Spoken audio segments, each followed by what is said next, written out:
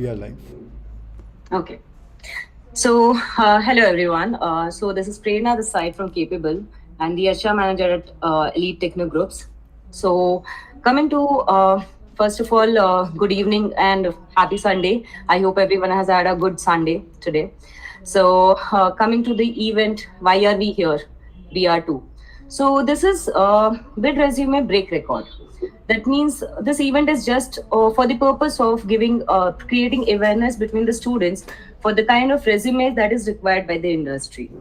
So most of the students, they are freshers, they aren't aware what industry requirements are and what the companies are expecting from them to showcase in the resumes.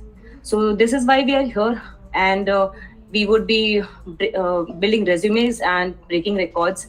Along with this, we would be even providing job opportunities to the students with the top resumes who have made. Okay, so coming to the event, uh, BR2, that we have two HRs here from two different domains completely. So Charita, who is HR at Cognizant, giving us an expertise and advice on IT hirings. Coming to Sapna, hi Sapna. Coming here, she's the HR at SHEQ, and she would be helping us out to build resumes in the field of industry, like core domains. Okay, so if you could just start, Suchaita, if you could just give us a brief on this. Okay. So, hi everyone. This is Sucharita. I'm part of talent acquisition at Cognizant, and I work there as a senior recruiter.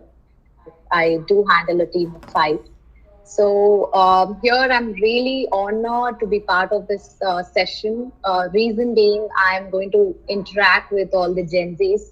Here, I all four of us whom you're seeing are millennials. So it's going to be a millennial to a Gen Z talk. So I would want it to be more, interactive.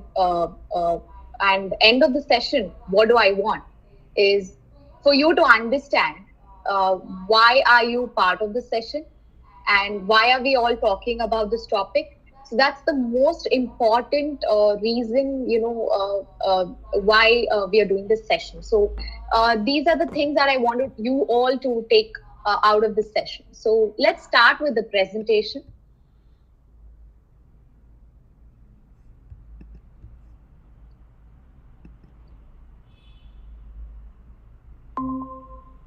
I hope you're able to see the screen. Yeah, it is Okay, visible. so we are going to do two topics here. One is resume writing, and second one is interview skills. Now, when we talk about resume writing, I would want you to understand that we are presenting all our experiences, what we are as a person, what are our skill sets, how do you think that our skill set match with company's goals, mission, vision, etc. And you're going to tell them what your education qualifications are, what are your skill sets, what projects you have been into, and then you're going to give them a gist of what your achievements are. So why are we doing all these things? So let me give you an example here. So all of us have Instagram accounts, and let me talk about the influencers, right? So some of you from here would have 1K plus, followers. So you are basically in the beginning stage of being an influencer. So what are the traits of an influencer? How do you become an influencer? Or why do you have an Instagram or a social medium to communicate with the people outside? So I would want to talk about the first most important thing is, in order to be an influencer, what's really important is for you to be aware of what is happening around. When I say aware, it is about why are you even starting this page, right? You are aware of your topic. So you might have an Instagram handle of a particular domain, say stocks, or you want to make something fun, or you want to do something, you want to talk something about IT industry, or you want to talk more about, you are into making reels. So your idea or your vision comes with the clarity along with the awareness of what kind of audience you want to tap, right?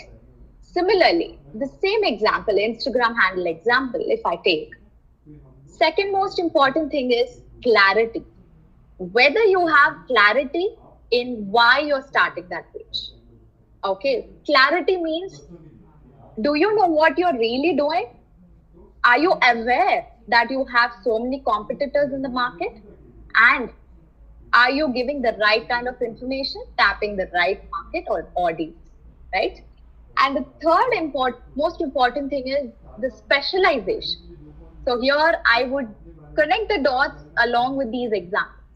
Now, when I talk about specialization, is if you're talking about an Instagram page on stocks, are you really well aware? Do you have a degree, or are you a chartered accountant? Do you what kind of specialization you have in finance? All that matters, because you need to know each and every bit of, or at least 90% of the information that you're talking about. And it means that you should have knowledge of your field. Now, confidence is something you'll have to wear, whether you give it in writing or even if we talk about job opportunities or the interview that you're taking. So, and we are talking about how do you really know who your audience is, right? And then the last, above all, it's about how are you building your brand. So each of us here are brands. We need to brand ourselves, whether you have specialization in marketing or not. Marketing is something that has to be in your blood, because everybody, even if you're presenting a resume, you have to brand yourself. You need to have something which the other person doesn't have. So now talking about, let me connect what I'm talking about, the example that I've given with the resume. So you're giving a written document. It's a cover, or you're talking about yourself. It's like the first line, or after the personal information, you talk about your biodata, right? The first thing is, you will have to prepare. For example, you are applying for an XYZ company. Do you really know what job you're applying for? So here we are talking about understand the job opportunities. When we say understand the job opportunities, are you from hardware or a software specialization? Do you know what are the categories that you have in hardware? So here, if you look at the slide, you know that manufacturing, maintenance, research and development are part of hardware. Software, you talk about development, software programming, software testing, and maintenance and support. So how well are you aware of what the job opportunity is and why are you applying for job opportunity? Only if you understand the opportunity, you would be able to give the summary well, which means the other person or the HR, the screening that is going to happen will be basis the summary that you're talking about. And you should be well aware which company you're applying, and always remember to modify the resume every time you apply for an organization. If the first interview is not going well, if the second, third, you're giving multiple interviews with multiple organizations. I will take an example of IT organizations. You have to ensure that you're preparing the resume as per the opportunity that you're applying for. I'm not talking about you changing every bit of your resume, but you will have to ensure your job or your job description fits with the opportunity that the company is offering. Now, highlighting your skills are really important. So if you have a particular skill, say a programming language skill of Java, is the opportunity that you're applying for is Java. Do you know how to code? Are you really applying for the software side of it? So that's really important. Now, steps to create a resume. So I will give you a few examples for you to understand and ensure there is a lot more interaction. So when we talk about job descriptions, there are instances where candidates would apply for a job, and I start my discussion with them, and I tend to ask them, hey, tell me about yourself, etc.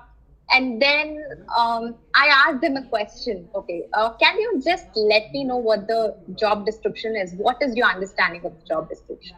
So there were funny instances where candidates had literally said, I do not know what the job description is, but I want a job, right? So here, understanding job description is really important because that's a turn off. That's the first turn off because you do not know why you're applying and for what you're applying. The second thing is the format. So format doesn't mean you will have to put flowery language. It has to be really catchy. No, it can be as simple as possible and crisp, but it has to literally tell what your personality is. If you're someone who is detailed, it's really important for you to highlight things in your resume.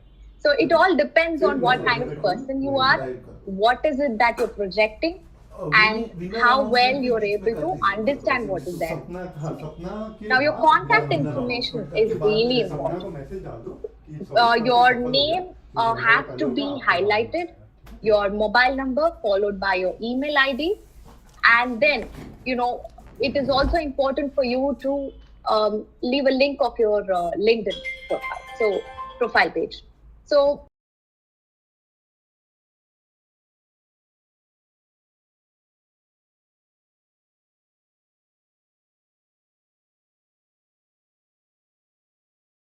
they should be able to do it. Now, include your professional summary.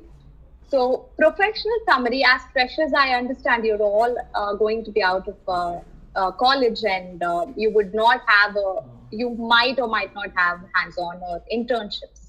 In case you have internships, please mention what you've been doing during the internship time, what was the project that you worked for, and even during your last semesters, what are the projects that you've been and what is the project that you worked, and how did it add value to the entire scope of your curriculum. So that's really important while you speak alongside your resume.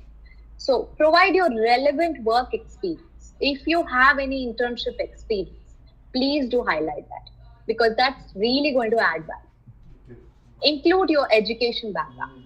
So education, again, when I talk about education, it's the degrees that you hold and what is your what are the grades that you had achieved, etc., and which year you had passed out. So it's really important for us to understand when you started your education. Are there any gaps?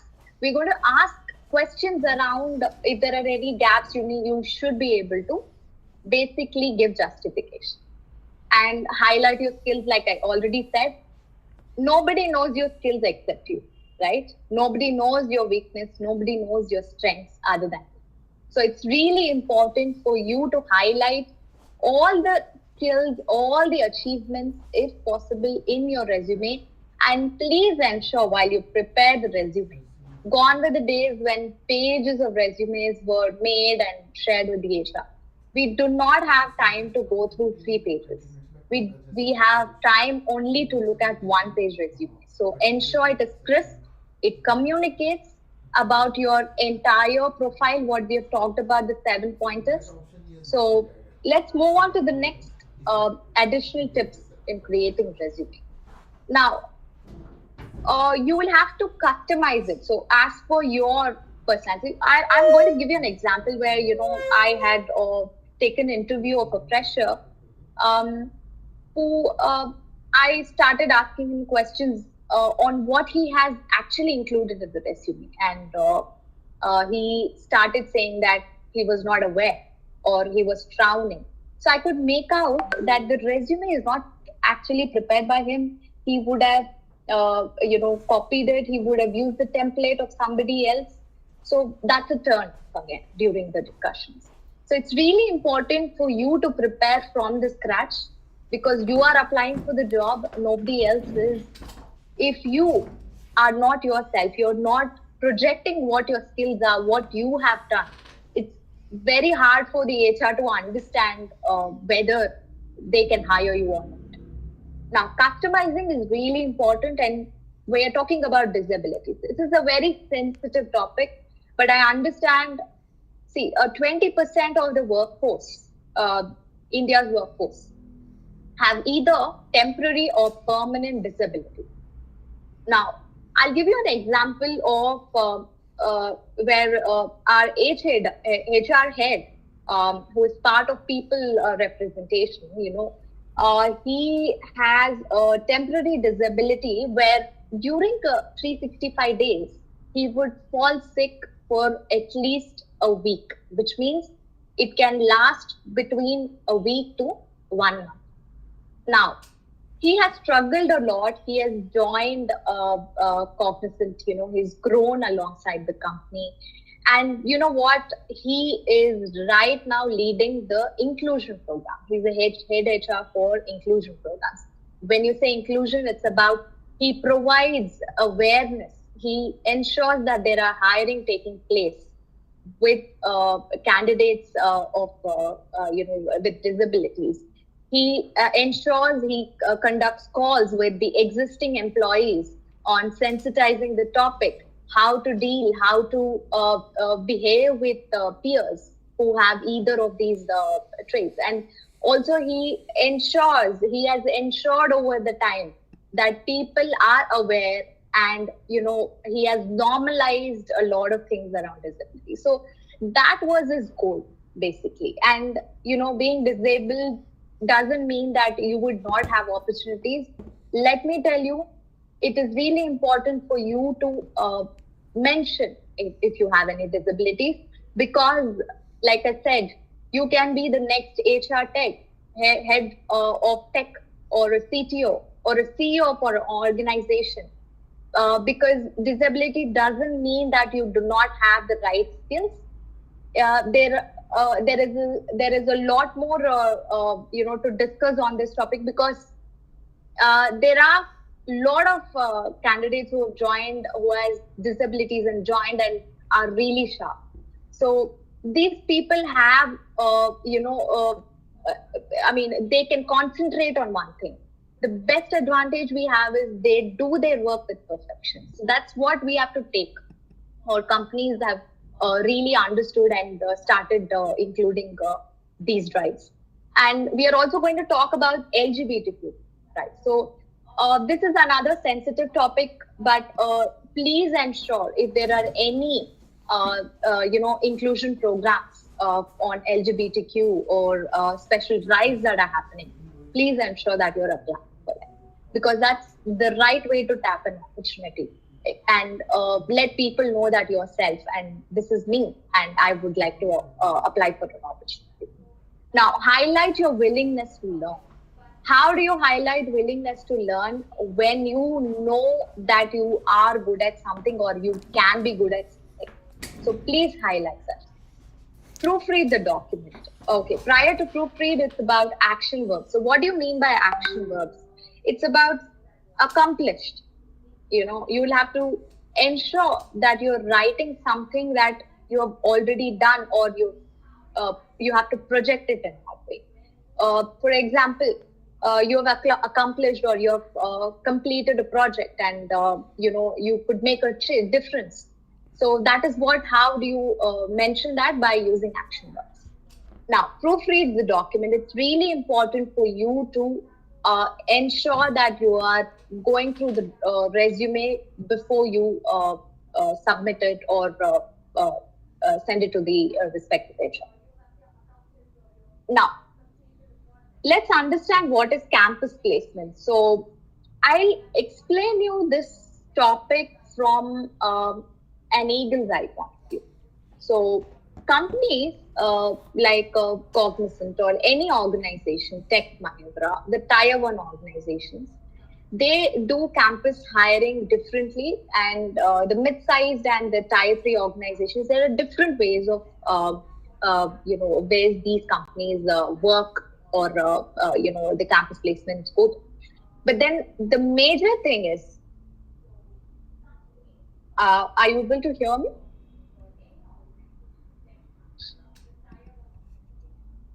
Yes, To Suchaita. hear you, Sucharita. You're audible. Yes. Yes. Okay. So now, what happens is either whether the company is the openness.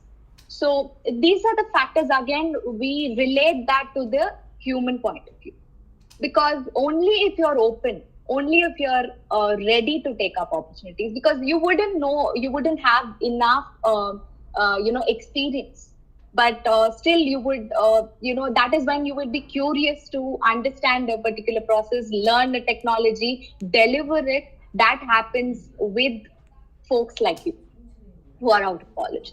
So company builds a budget around you, 800 folks. And this 800 will become a campus placement. We will visit the colleges. We will talk to you on campus placements, off campus placements. Again, two things would happen. On campus, as you know, we reach out to you. We come to your colleges. We take interviews and we hire you. Off campus is again you reaching out to us if we post a job opportunity on social media. So these are the two things. Now going back to the resume part of it. So why is it really important for HRs to understand, or why would you add value to that 800 target that the company wants to hire?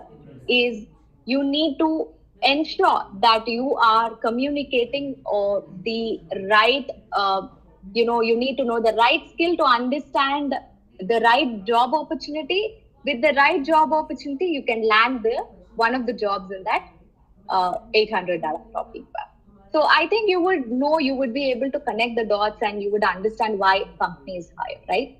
Who are all involved in campus placements is again the students and the HRs from different tech backgrounds, different domains of technical skills.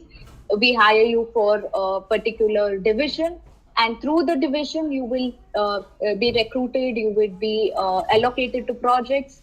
At the beginning, what happens is you would be trained a lot. You would be given an on the job training, and through on the job training you will specialize, you will start getting experience 1 year, 2 years, and by the time you reach 3 years you're already a senior developer, and you would actually hold a good amount of experience in the skill set that you have specialized or known.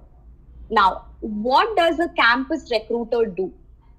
So, like I said, the business or the when after the high level discussions that they happen and say, hey, we want 800 students from to be recruited for this division. That information flows to a division called talent supply chain. Talent supply chain, in turn, they would do a lot of meetings internally, understand whether the 800 onboarding that they're going to do is really going to add to the, or again, the 800 onboarding or the 800 recruitment that I'm talking about. The companies need to understand whether they have a pipeline of clients already whom they are going to place these candidates for, or are they projecting new clients. So all these discussions happen, and then we as recruiters, if we have to hire 800 folks, we'll have to reach out to X number of colleges. We have to hire X number of candidates. We need to onboard Y number of candidates, and then again, retention. So the candidates who are joining, the freshers that who are joining, there is a separate team which ensures that you guys are getting experience. At the same time, we are retaining you. So all these happens internally within the organizations. Now, importance is again, one is companies can build more revenue, and in turn, it is a win-win situation, because one, you are getting the right kind of experience. It's a kickstart for your career. You're giving your energy, you're giving your values to the organization. In turn, company is paying you, and they're also letting you learn, letting you grow. So it's going to be it's really a good phase, or we recently had a Gen Z hiring and it was really successful. The reason is what I've already mentioned. All these factors had led to the success of such bets. Now, let's talk about the art of interview. Now, everybody. So let's go back to the example of Instagram handle.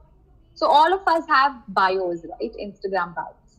So hardly we would give in one or two liners, and it actually gives people an understanding of what kind of a person are.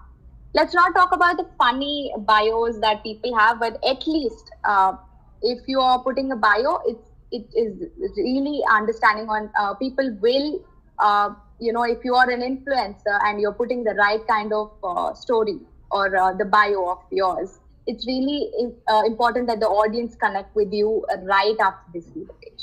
So that is something which I called as resume.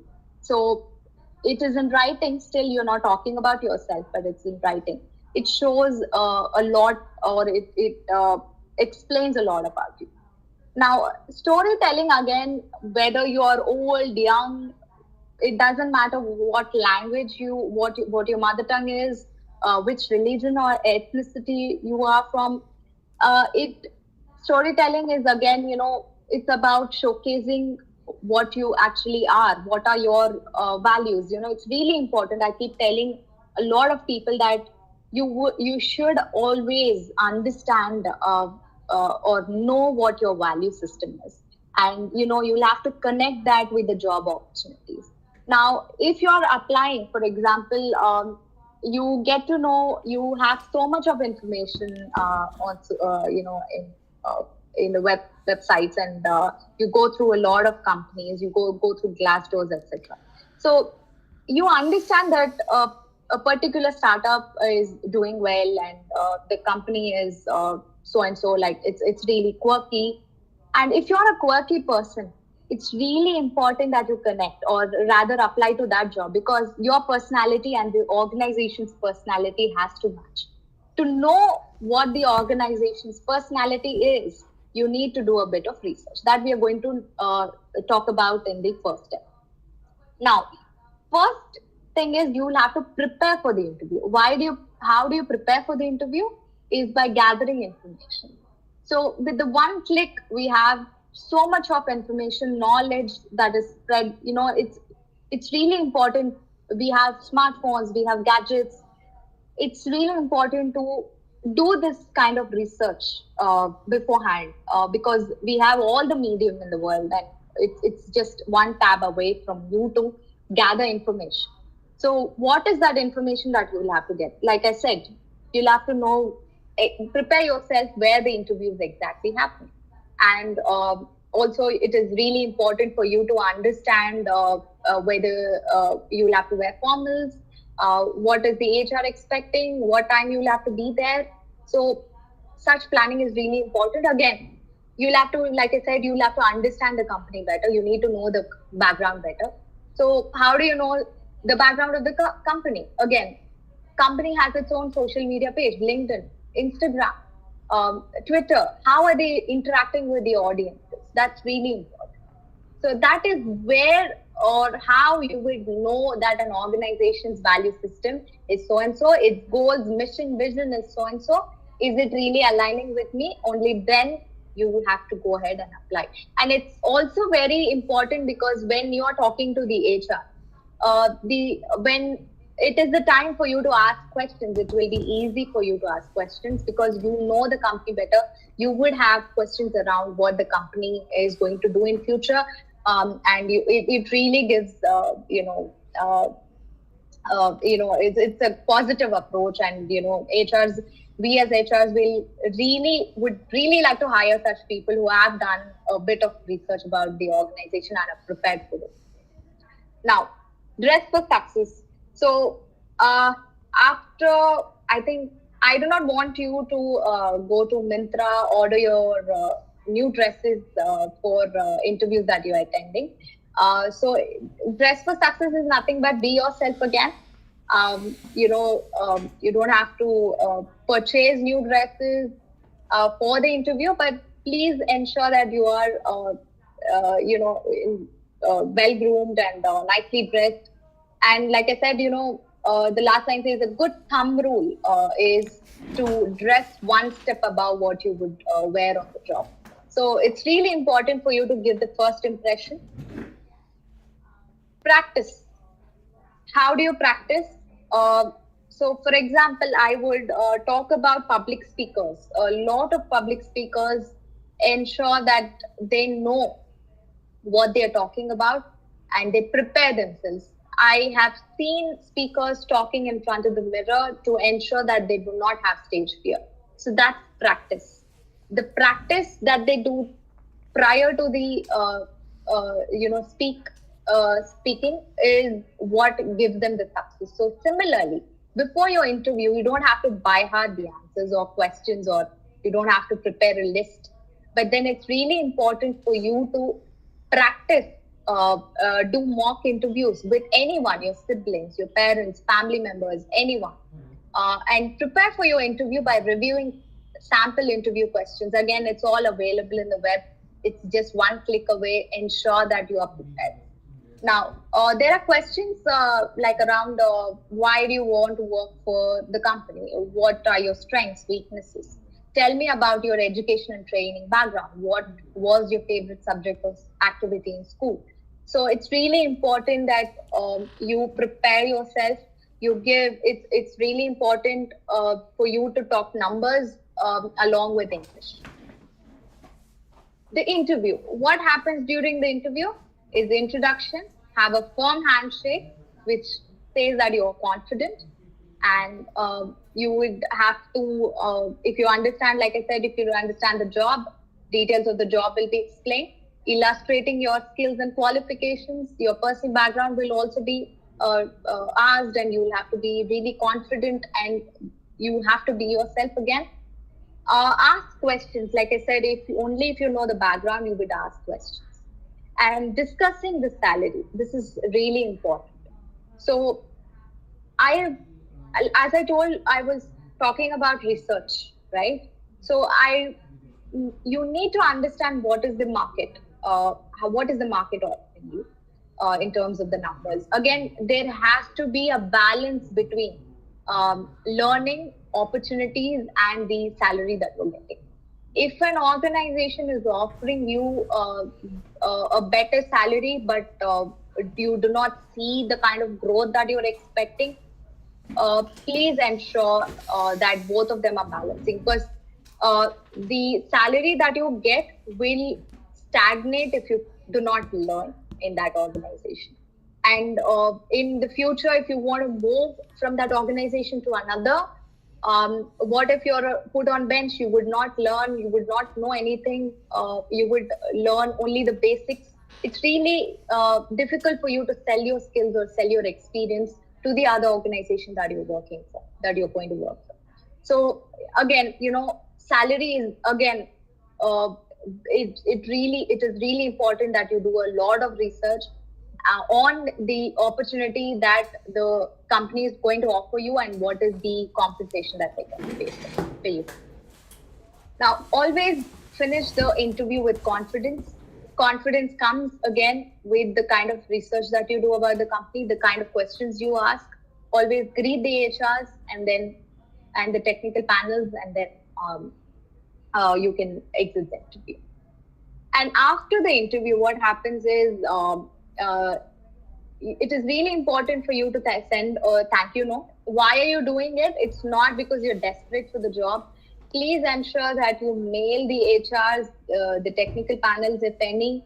Tell them that you had a great time during the discussion, and you just give a one-liner of what you could take from that interview. So it really adds value. It is not necessary that you send thank you notes, but it's really important for you to add value to the discussion or the time you have spent. Now, I would like to end this presentation with a couple of things that I had actually prepared. So during discussions, there are two most important things that students need to understand. You can pretend to like a certain technology you're applying for it. Again, you pretend to be somebody else in the resume. You, like I said, you prepare well for the interview, you rehearse well, you kind of present or you talk about yourself, the other self that you're not. But somewhere down the line, these two things we will be able to make out whether you're talking the truth or not. So one is the rephrasing we talk about. No matter how prepared you are for the interview, the moment HR rephrases the question, uh, the truth comes out. So I will give you an example where a 1 year experienced candidate in finance had applied for a HR role. So during the discussion, I had given her the option. I had rephrased my question. So first question was, how important is HR field, or how passionate are you towards HR? So the answer went well. But when I rephrased the question saying, at this point in time, for your experience, I have only finance opportunity and I do not have an HR opportunity. Would you really want to take this role? And that moment, the candidate says that, hey, I'm ready to take up finance. So how is it even possible when you're passionate about HR? So this is just a small example. When we rephrase questions, you will not be able to make out, you will start speaking your own self. That is the reason we always emphasize in you being yourself during the discussions, and you write your resume on your own, and you talk about yourself but not about anybody else. And there's something else which we do during the interviews is connecting the dots. So your vision would be something else. I'll give you a funny example where Fresher had attended the discussion and said that he's really inclined in attending interviews and getting a job. So I asked him a question as to why he wants to take up this opportunity. What is the background? What's your family background? So I understand that his father has set up an organization of his own. And I have asked him a question, why don't you take that opportunity? Why are you looking for a job? So he says that, I have, I'm really interested to continue my father's business. But I still want to try if, I want to try if this works out for me. It's really, I can say, it turns the interview off because you cannot have options and the company cannot be an option. You have to attend the session only if you are really interested to work, right? So certain questions we try to connect the dots. We ask questions about background. We ask questions about why they really want the job. So it's really important, again, to be yourself, to apply for the job only if you're passionate, only if you see a future in the corporate field. Now, I would like to end this session again with two different things. So I would like to talk about myself as a person. So I'm an introvert. So I cannot stand in a room where there are 10 plus people. I become more claustrophobic and I have fear. So there's one trait or an attribute of mine where I always want to step out of my comfort zone, and I have a good amount of confidence. So with these two attributes, I was really able to deliver a lot of speech. So I'm talking to 100 plus audience today. It wouldn't have been possible if I had I had stuck to what my personality is. And, I wouldn't be able to talk to so many people right now. Again, why I'm talking about this is it really is important for you to understand what you are as a person. What are your weaknesses? What are your strengths? Can the strength help you overcome the weakness? Yes. So this is one example. And the other example is a lot of students out here have a notion that, hey, I'm from a tier 3 college. Will I be able to crack the interviews or get into a good position in tier 1 organizations? Yes, you can. I would like to talk about myself.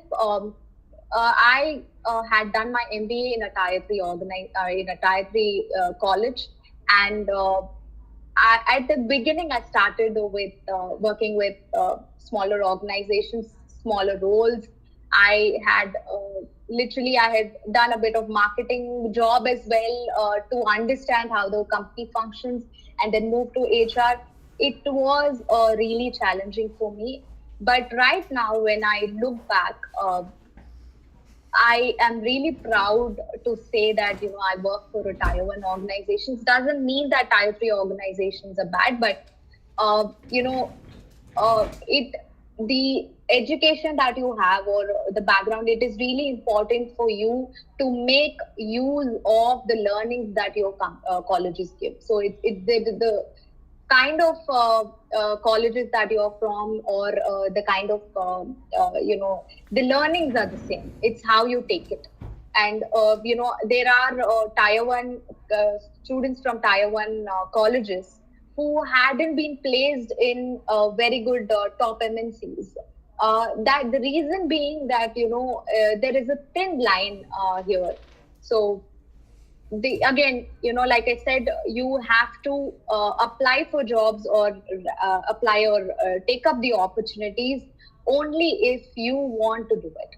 So it's really important, wherever, whichever kind of whichever background you are from, or whichever humble beginnings, or whatever beginnings you have.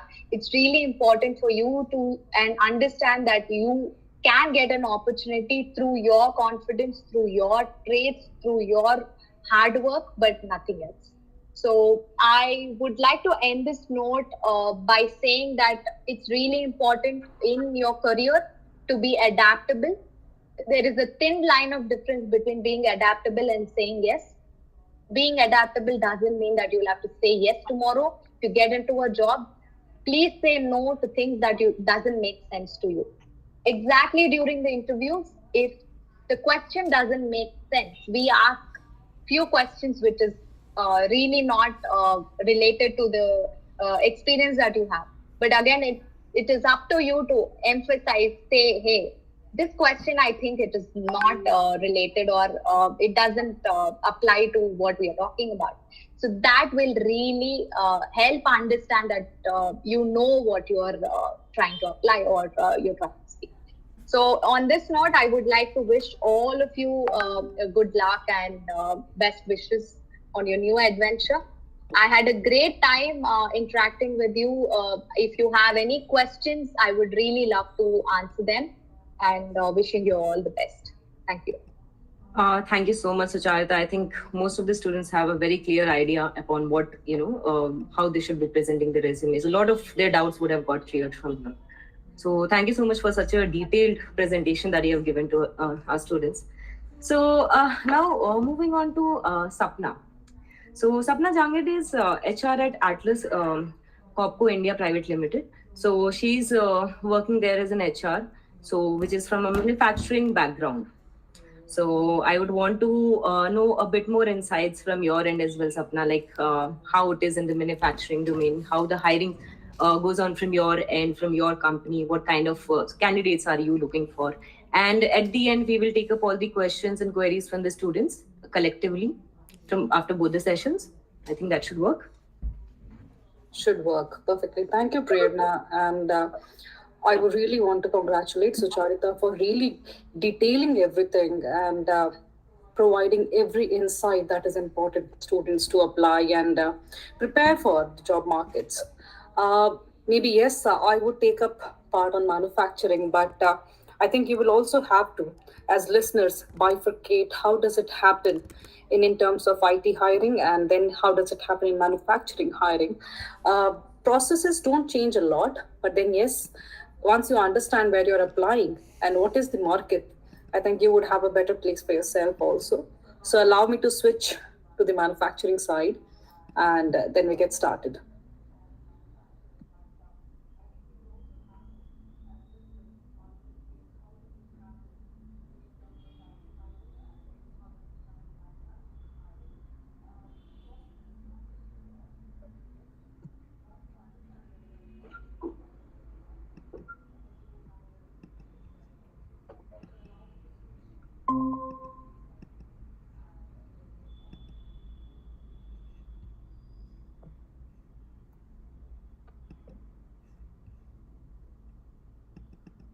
So I hope my screen is visible now.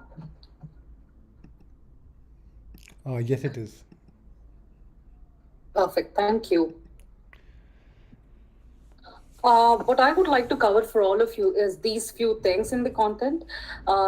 First one would be to understand the various job roles that are there in manufacturing industry. Second would be the recruitment process that's there in, I would say, the manufacturing industry. Understand a bit about job advertisements, what was then used to be before the job descriptions. And right now, I would say in the recent years, what do you see the changes in the job advertisements?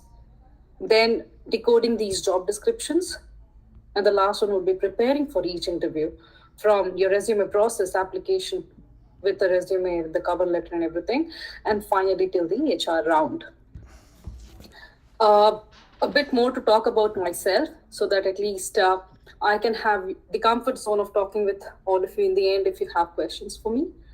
My name, Sapna Jangir. I am the HR manager with a Swedish manufacturing company, Capabl. It's a 150-year-old company, and I have spent here more than 7.5 years and grown my career from being, I would say, a recruitment specialist to an HR manager right now with a warehousing business unit of Atlas Copco.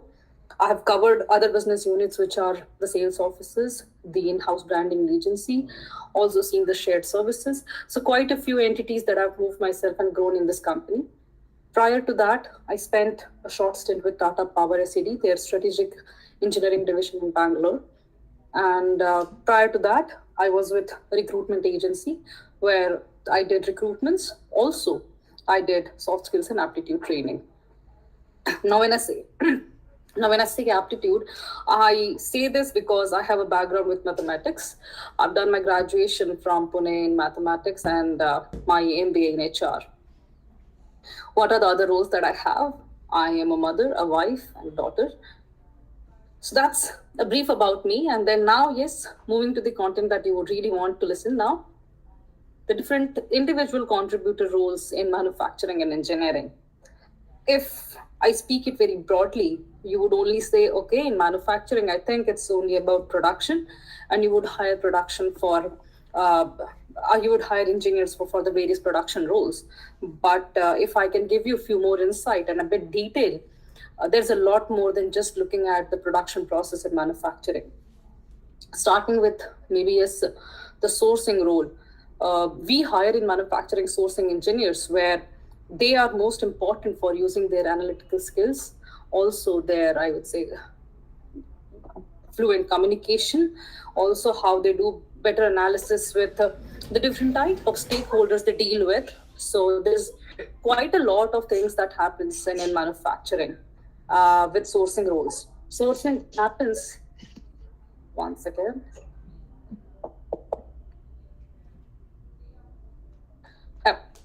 Sorry for the glitch. Yeah, sourcing happens for the manufacturing process also and also at the sales process. So you can be a sourcing engineer in any of these entities where there is either manufacturing process going on or either the sales process where you need the sales, aftermarket sales support to be provided. Then comes supply chain. Supply chain is another process where supply chain engineers specifically contribute to procuring the spares from anywhere across the world to the supply chain of in manufacturing or else in the aftermarket process. Technical sales, when I say, any company where you see right now manufacturing process goes on, their sales department, they prefer hiring engineers. And engineers have a very upper hand at manufacturing companies in all the roles. In fact, in HR also, you would want to see a background in engineering, and then in HR is always having an upper hand over others because then you understand the technicalities of the products that are manufactured. So for us, it is mostly important that we see, okay, is the person in an engineering, I would say, pass out, and also has a background with, I would say, something done in internship. If not, we would like to probe more to understand, okay, how does the person fit into technical sales, even if you see the person is an engineering background. So maybe a bit more on communication is stressed. We also like to see in technical sales if people can talk about the technicalities of products, can sell the value of the product, because company like ours, we sell on I would say value of the product and not maybe as the price. You have to also talk about what is it that you have in the positioning. What you have is I would say the extra, the added advantage to have a product from a company with premium products compared to what is there available to everyone else. Then moving to service. Service engineers are the hardcore technical people that we look at.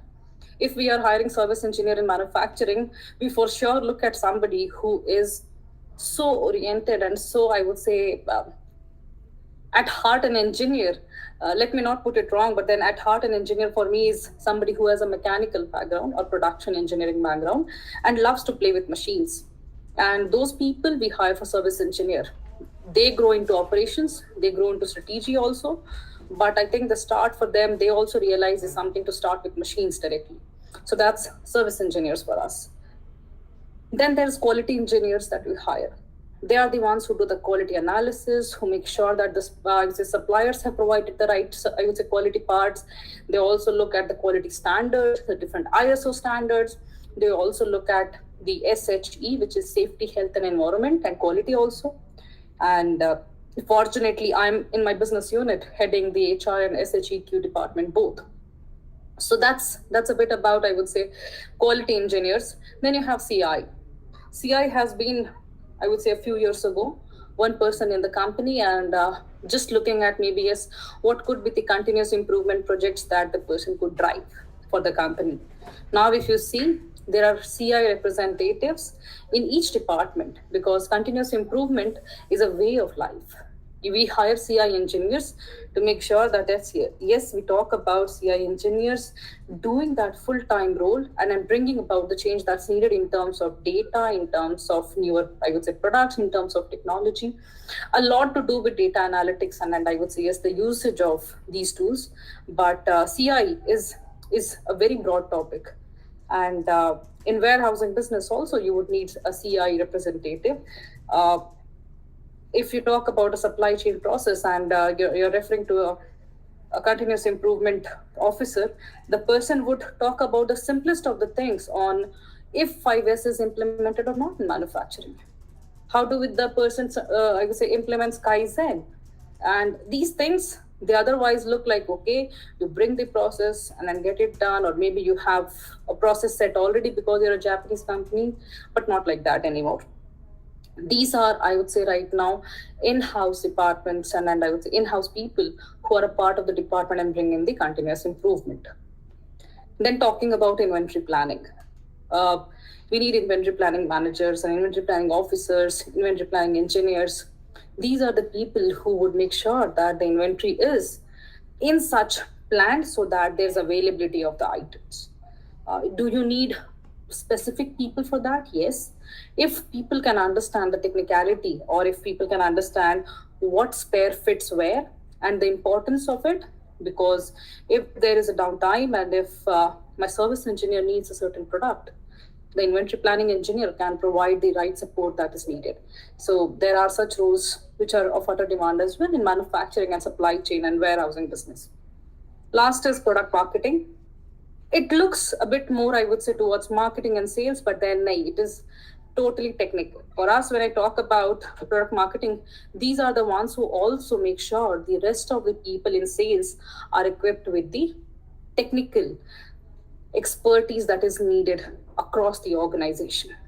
They are the ones who talk about what is it that brings the most value to the customer, and we talk about that to bring in the right product knowledge to the customer and availing that to the end user. So that's more or less to cover the different individual contribution role in manufacturing and engineering. Of course, there are production engineers, of course, there are other people, but then I wanted to broaden your, I would say, understanding about what manufacturing companies look at also. Now, maybe yes, moving directly towards what is the recruitment process that we have in manufacturing. Job applications. If you say, what are the good companies starting with? Good companies usually receive a lot of active applications. when I say a good company, I would talk about a Tata Power. I would talk about maybe yes, a lot many other companies which are at JCB or maybe any. I'm not very sure if I'm talking about the big giants or maybe the mediocres, the European companies which are the giant ones in I would say Pune and in Bangalore and then maybe Chennai. Talking about everywhere where you see a manufacturing belt, these big companies they attract a lot of active job seekers. So for us, we look at CVs and cover letters mostly, and CV talks a lot about the person. So the first check is on CV, and a CV can be a good filter for us. So if we talk about screening of CVs and cover letter, it's a vast elimination process. For us, we look at CVs with a scan, and the eyes are the scanner, or maybe we have now AI as the scanner. We make sure that we look at the right content in the CV, and then we understand, okay, if the candidate has put the right effort and has put the right words for this job role. And I would come back on this on how your CV gets screened well and it's not eliminated, but that's the second process. Then we have short interviews. Mostly the HRs, I would say, are taking the short interviews to just see and gauge the interest of the candidate. Then there are technical interviews which are taken by the hiring manager. Then there's an HR round by the HR manager of the business unit. The final round is by the grand manager, which means the hiring manager's manager. It can be, I would say, either way. Either the grand manager takes the, I would say, round prior to the HR round, or else the HR manager takes the round after the grand manager's interview. Then, if all gets sorted, if you really won the race, if you're the right guy, then there's offer making in the process. Then there's offer sharing and acceptance. And post offer sharing and acceptance, you have the pre-onboarding activities going on. And then there's, I would say, background verification, profile creation. All of that already starts at, I would say, the organization ends. The job advertisements, I would stress a lot now to maybe have you understand what is the job advertisement, and not just refer to maybe the style of job advertisement, but for you to understand what is the essence of a job advertisement. The previous style of job advertisements that we used to see, and I would say 10 years ago, keep it very simple, 10 years ago, and right now I would say from past 10 years. 10 years ago, it used to be very lengthy. Job descriptions used to be more than a page and a half, and it would talk about a lot of technical stuff. So for example, if I have to hire somebody even from sales, I mean, technical sales engineer, I would rather say that all across the industry, I would say maybe some 15, 20 pointers. What is it that you need to have to become eligible? It used to be a lot descriptive, talking about personality, talking about your education background, talking about technical skills that I already said. So all of these things used to be a lot descriptive, and a person would always feel it becomes so same. Because I think when you talk about these words, which are like, okay, should be active, should have leadership style, should have maybe really good communication, I would say, okay, I mean, this looks quite similar in almost all of these. But why are these then put all together? Because the message is already passed. So they used to be very descriptive, but that's how it was, and non-personified. It used to ask for a talent, but in so many ways, the previous job descriptions never said that we need a person. They would always talk about, yes, we need these skills, and these needs to be fulfilled. And then I think over years we realized that the talent that we hired, there's so much of, I would say, emotional touch missing in these job descriptions. And I'll be very frank with you, the first time, 7 years ago, when I saw a job description which talked about the human values of an organization, and in fact, the values that we are seeing in a person, they are put in the job advertisement, I was like, is this going to work out? And are these the ways where we're going to hire people? Are we really going to talk about that there's a family culture in the company? Are we broadly going to talk about we need a person with, I would say, energy to come on board and write things for us? Okay, if we write that, does people feel that it is the right thing? Wouldn't they get scared that, okay, they're asking for a Superman? But I think by now we all have understood that the new style of job advertisements do talk about culture. They are personified. They talk about, are you the one? They're more broad.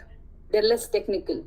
When I say they are broad and less technical, I would also want you to emphasize what is broad, what is less technical, and put put your mind together on, if I say, okay, we need somebody who has the acumen to put value sales, somebody who can bring the right, I would say, product knowledge to our customer.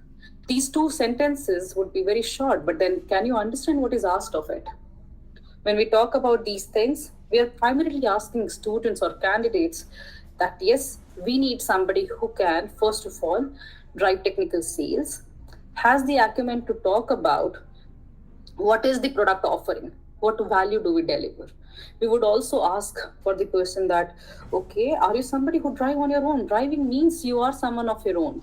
So we would not wait for somebody who is a backbencher, or maybe somebody who's taking a pillion behind and then on the ride with me. I would rather want somebody who would say, I'll drive sales, I'll do things for you. So a lot of persona talks about now the job advertisements that are pushed, and we really believe that now people who really want to work with us should have these leadership style, should also understand that technical expertise is important for us along with being a leader in the market. So if I have to give you in a nutshell the idea, you have to read between the lines. Job descriptions nowadays don't want to talk about the 15-20 KPIs of your job. Once you're there on the job, I think it's all the more known. You're not unaware of things. In fact, beforehand also, you talk to your seniors, you talk to the market, you talk everywhere. What is it that I have to do in this job? Inquiring is simpler. 10 years ago, inquiring was a little less simpler, and maybe 20 years ago, it was difficult. But right now, it is much simpler for you to get on the understanding of what is the job role all about. So we don't need to put all those pointers for you.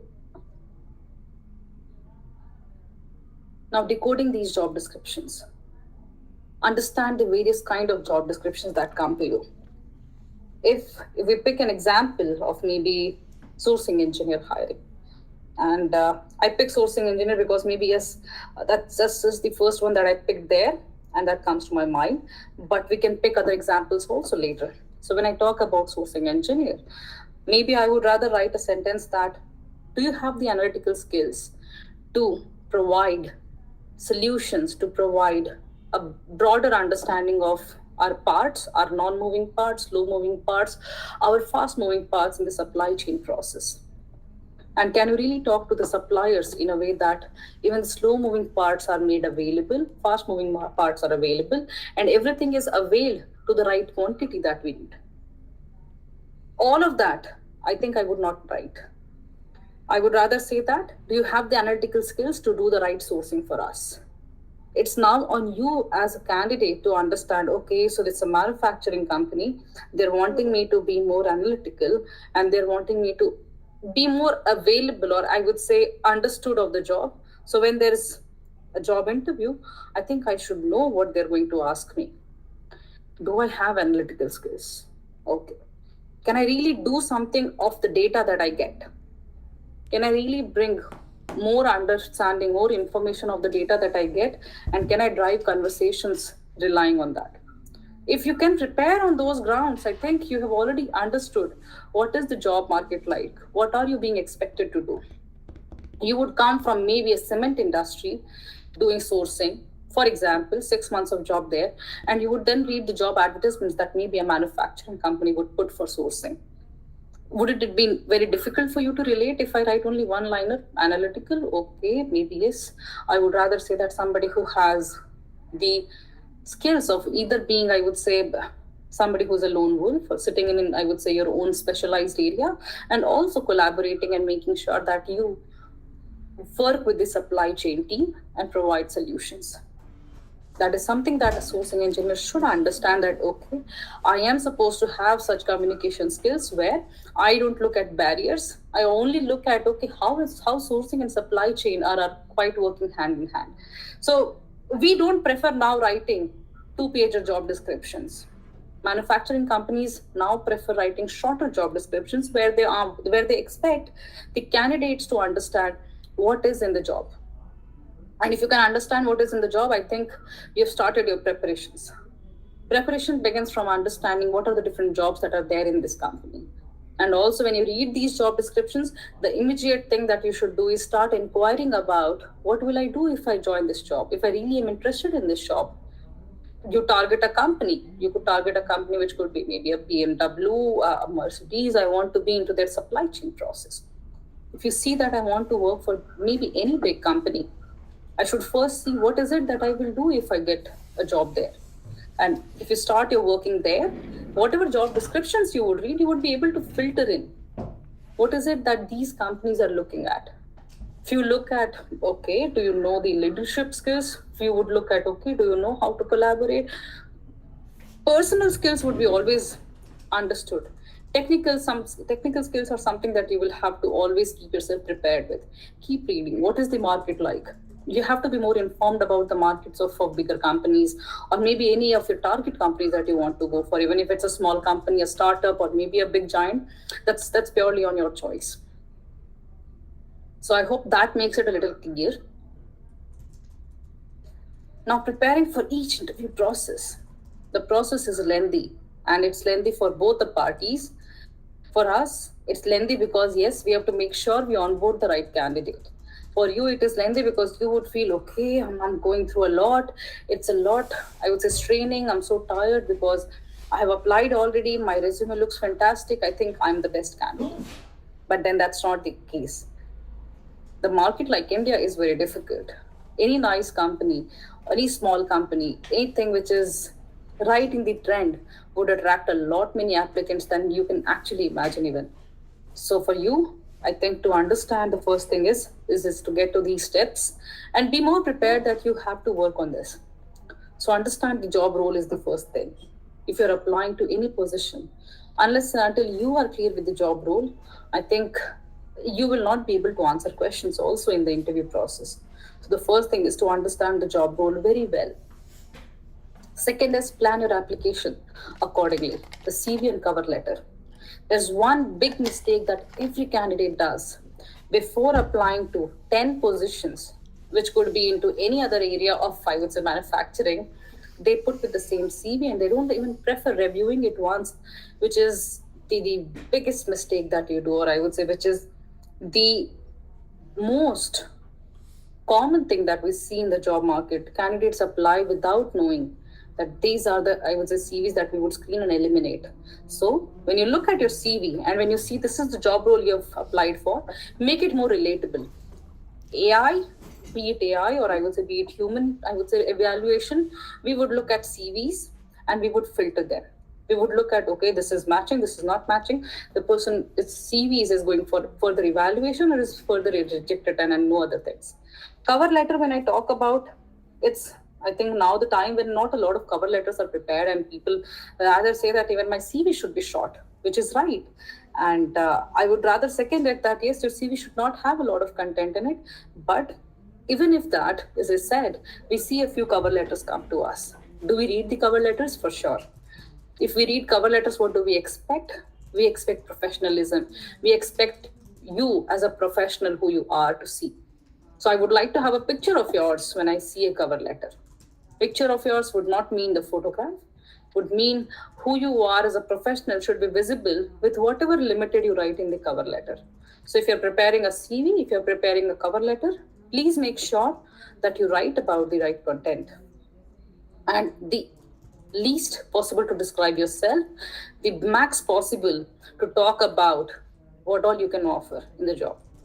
But just to make sure, honesty plays a bigger role there. So people can filter that and prepare your cover letter accordingly. Third thing is prepare for each interview separately.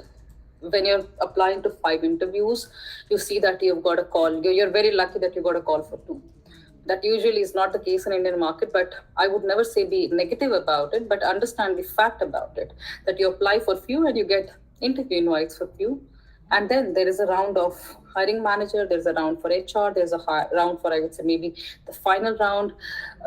Each of these rounds of interview or each of these interviews that you have with different company, please prepare for them separately. Understand that yes, while you apply for this job role, and when you're talking about maybe this is my first interview with this company and the hiring manager would want to talk. Know very well that at the hiring manager's point of view, what is it that they want to listen from you? What is it that would work for you to talk about? And they would first give the cards to you to open and say that, okay, you can talk about yourself. It's very important that you don't open bluntly saying that this is me, this is my class, this is my education, this is my graduation and everything. I think this doesn't work. For you, you have to make yourself look like a nice story, covered and wrapped very well, that it is understood that yes, you've prepared for this interview.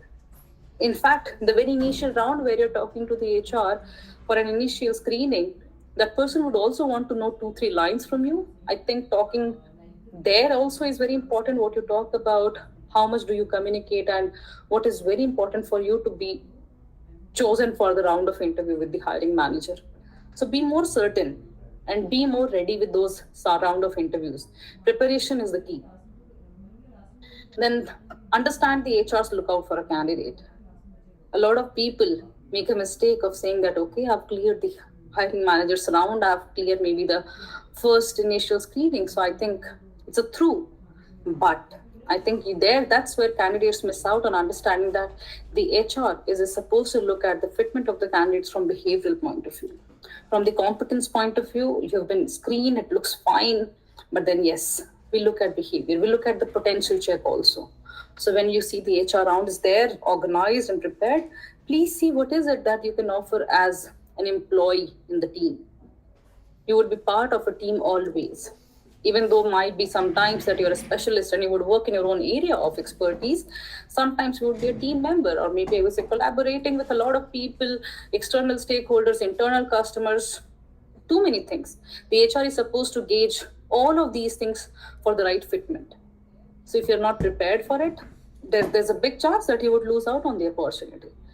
The HR round is something where you should look at what are your strengths as a person that you can talk about.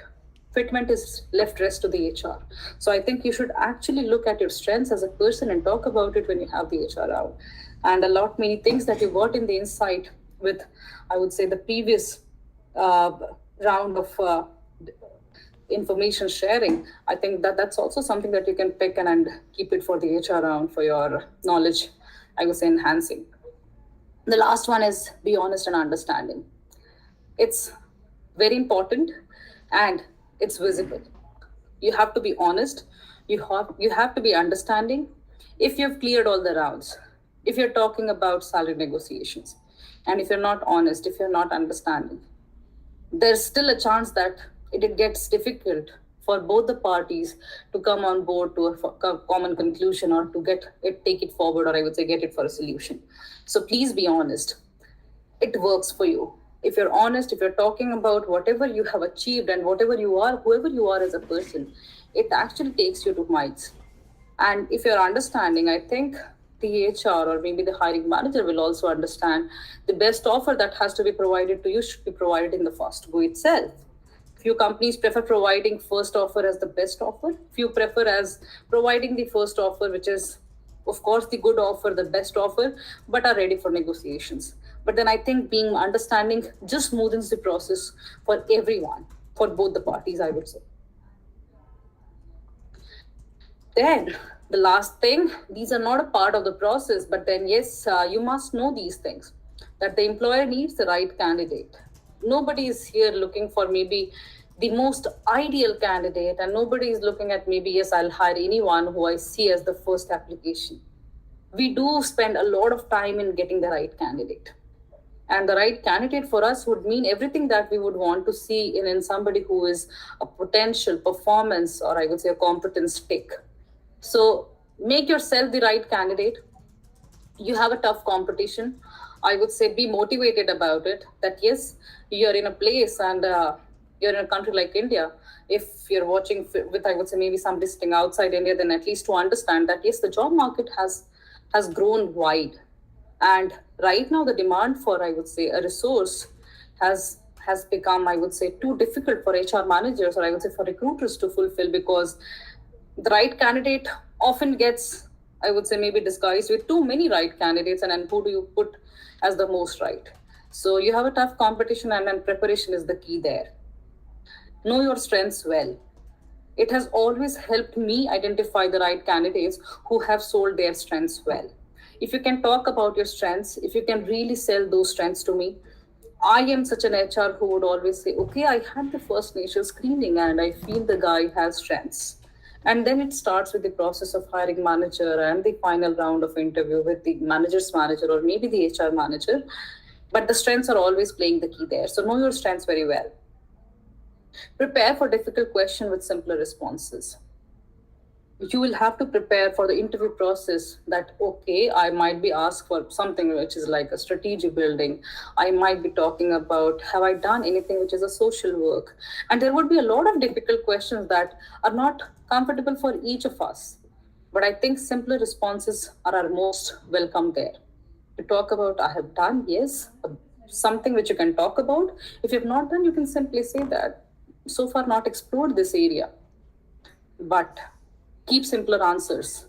We are not expecting you to talk about what rocket science you've done in any area, but then if you've done, talking simply is also humility, and that sells a lot more than any other answer. The last thing is half done is well begun. And why do I say this? It actually means that you have to start preparing now.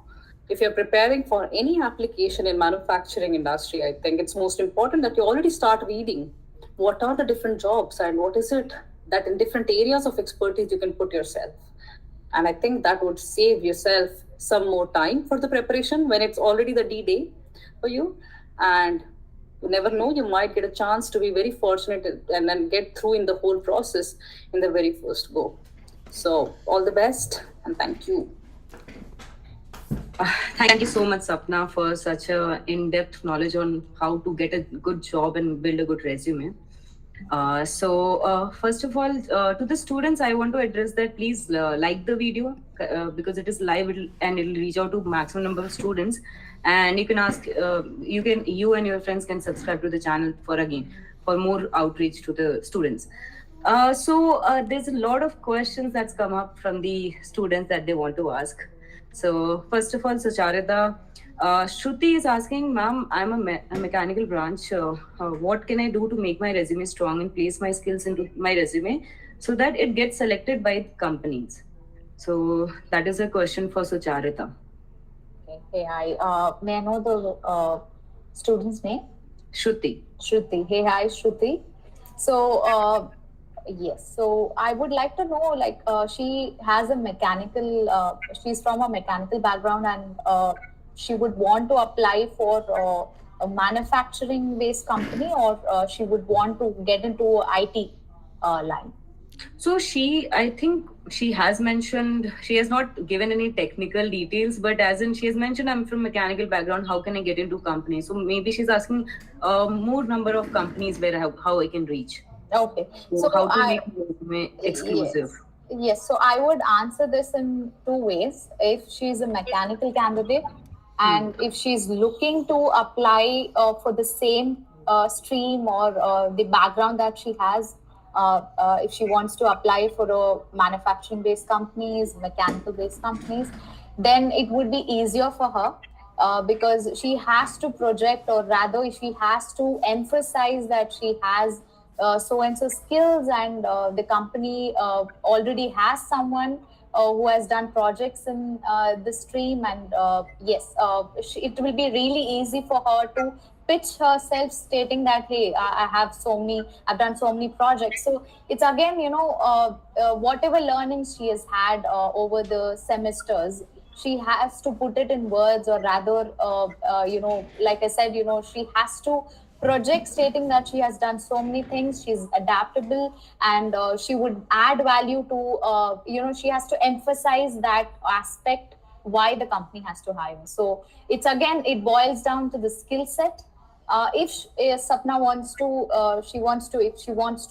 apply for an IT-based companies, if she wants to move her line to programming, it's a challenge, but still she will be able to crack it if she has done a bit of research, or she has spent that amount of time and energy and interest in learning coding.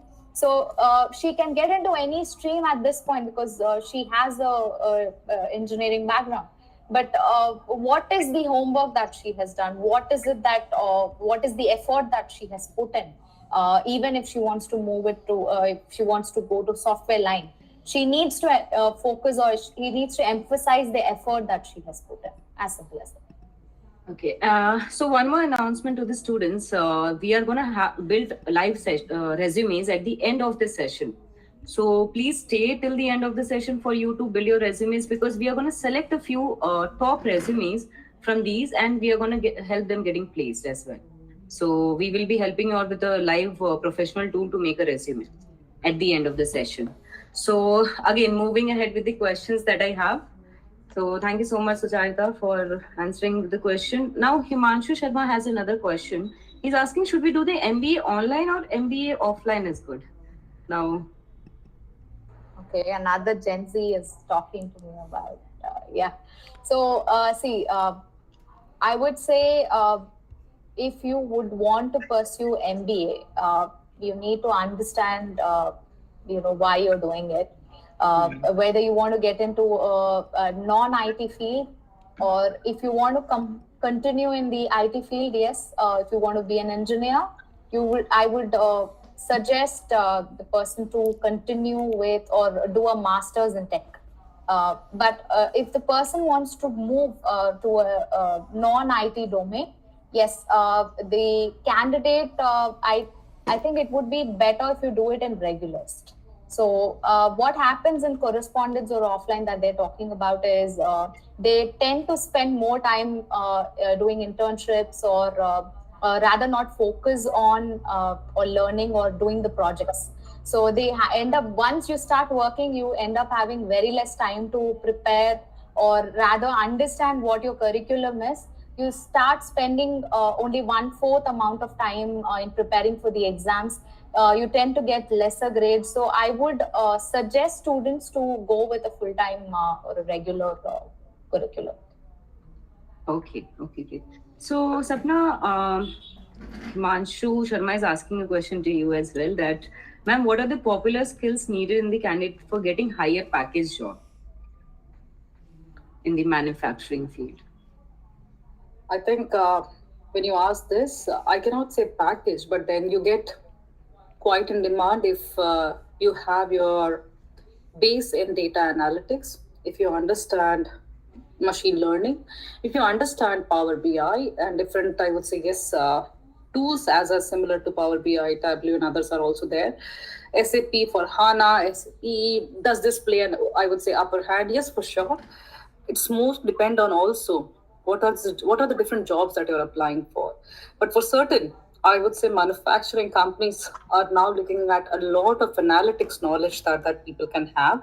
And if you're analytical in terms of your approach also, it gives an additive advantage.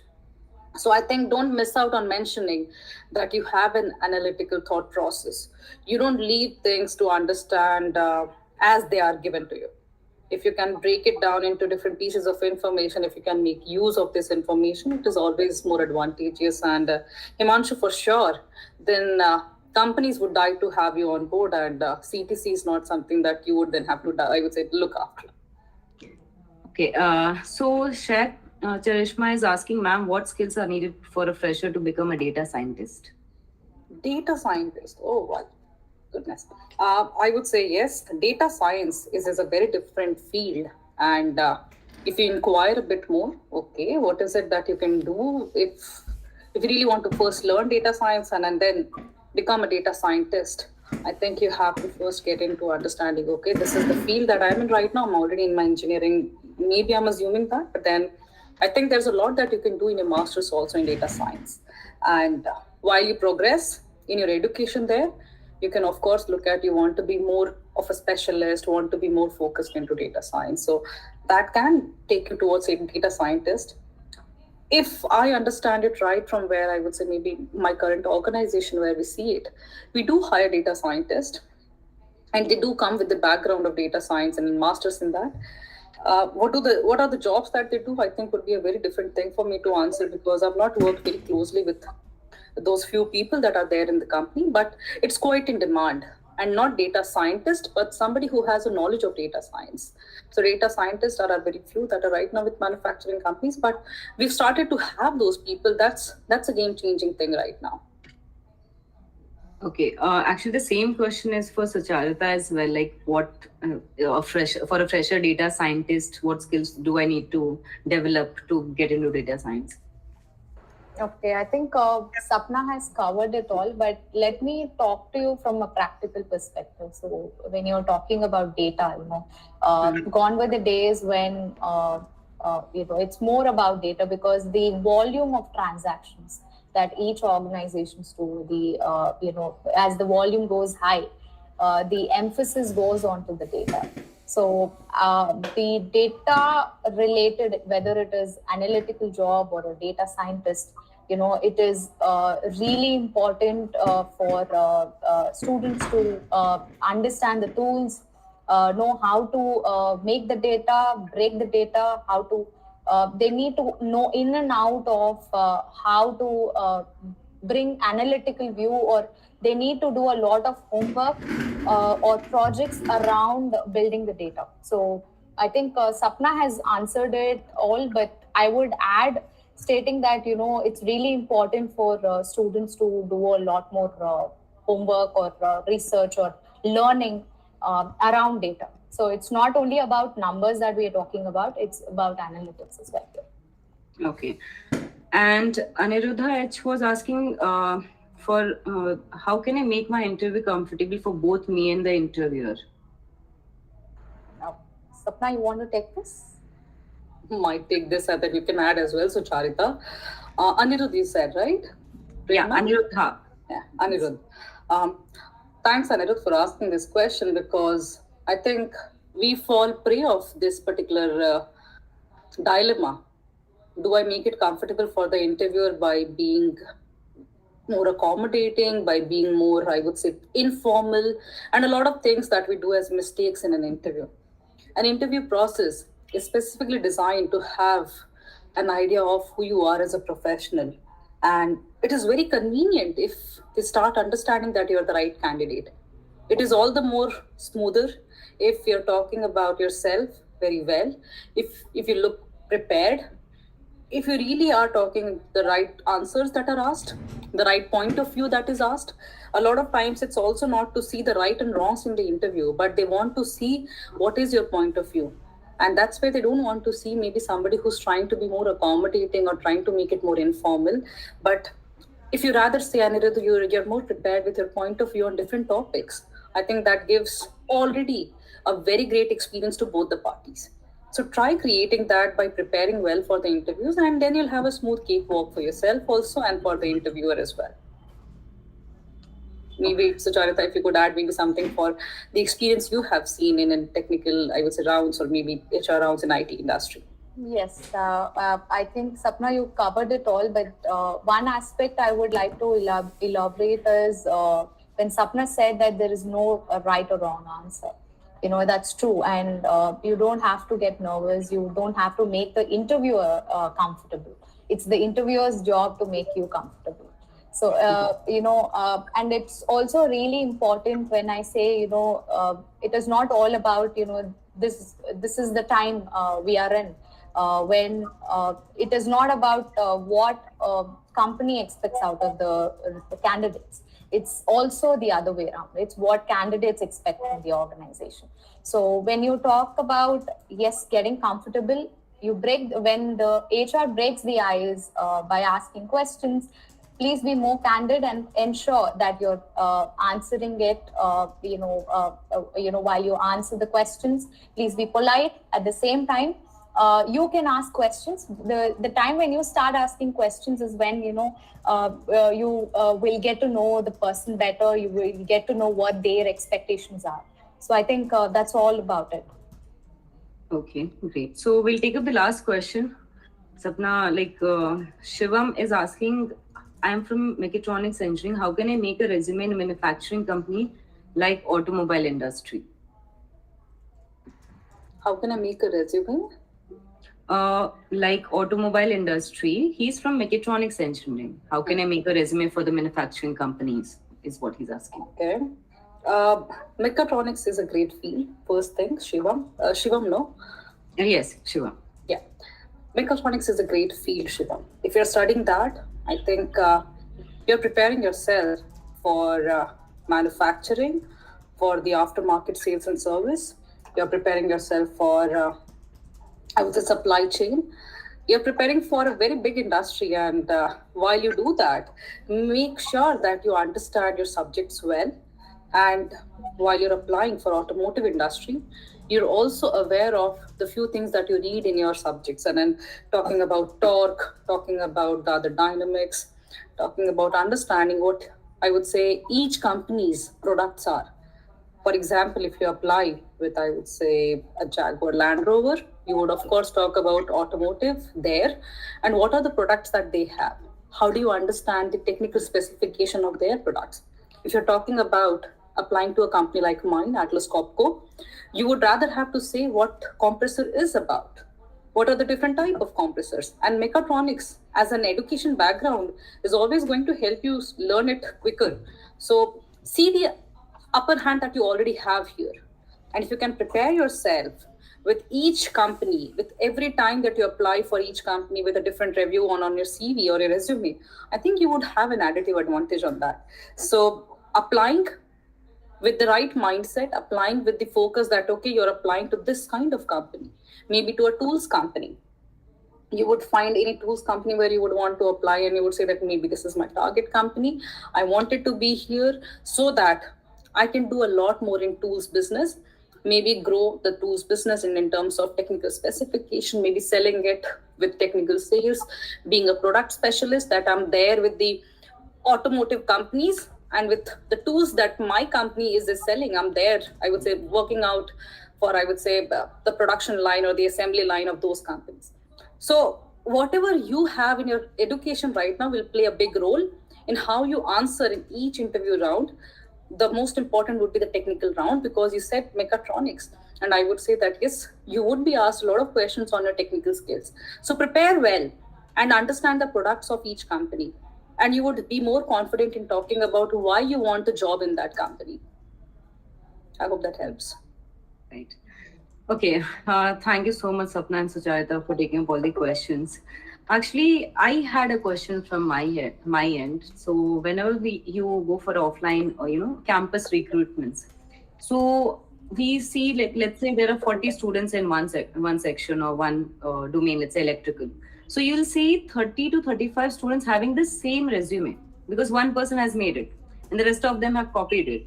So, like, I would want to understand how the students can showcase their skills. That obviously they are not aware of the other templates at that point of time. That's completely fine. But how can they still show themselves different from the other students and get highlighted that this is the right candidate I would want to move ahead with first, then moving to other candidates? So yes, I would like to emphasize on the point that like I said, if out of 40 students, 35 resumes are same. What we tend to do is we cannot ask the candidates to make the changes at that point. So we go with the level of the interview. Face-to-face interview status, because if the candidates are holding same resumes, like I said, at one point we would come to know that they haven't made, because they wouldn't know what is in the resume. But how well are they at least going to perform during the interview is what we take into consideration. When I say interview, it's about communication, aptitude, attitude, openness to learn. All these factors, behavioral factors, all these come into play. That's what we consider. But then this session is all about how to make a difference at the resume stage itself. So right. It's really important for them to utilize the web, opportunities that they have right in front of them, the smartphones. Please utilize them. Ensure that you get a template of your own. For example, if you find a template catchy, that's what you will have to go for, rather than what your friends have already prepared. So that's all from my end. Sapna, you want to add? I think you've covered it very beautifully, that it gets difficult, of course, to filter with the CV, but the interview does the job there. And if you see that we've got for campus recruitment, and before the interview itself, we have group discussions, or maybe if we have aptitude test, a lot of filtering happens. I would still assume that, yes, the ones who have been filtered and the ones who have been shortlisted till the interview round will still have the same resume. What you said is right. The face to face interview does the job, and it doesn't take more than 5 minutes to gauge if you have prepared it for yourself and if you've kind of copied template and if you're really somebody who has either copied template but still talking honestly about yourself. These things are very visible in the first 5 minutes of interviewing, so that does the job, Prerna. And I think with the session that you guys have organized, this is going to be more important for candidates to feel that be honest and be more prepared. So I think that's the key. Right. So coming to this, now we will move ahead with announcing the results where which college students we have maximum who are engaged with us, and that will be done by Umang Surana, who is our co-founder at Capabl. So at Capabl, we try to build an ecosystem, engineering ecosystem where the students can build their skill set as per the industry standards. So where we have online classes, then we have offline workshops that we conduct. There are a lot of competitions that we take up, and then doubt clearing sessions, of course, that is there like on a weekly basis that we keep for the students. So I think Umang sir will take it from here, and he will be briefing on next what we are going to do. Thanks, Prerna, first of all, and a really great session from Sapna and Sucharita.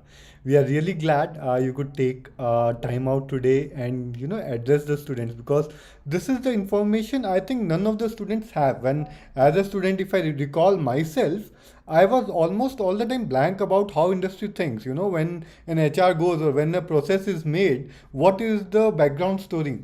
But I think you have uncovered it to the audience in terms of what is the industry mindset when they are going for an hiring, and both from the side of an IT perspective and manufacturing perspective. And the good thing what we see today is that a lot of change is happening, as Sapna pointed out that manufacturing is also looking at data analytics and all, and Suchaita mentioned about the diversity and other aspects of hiring. So today's world is changing a lot, and I think this is something which as a student many times people don't even know.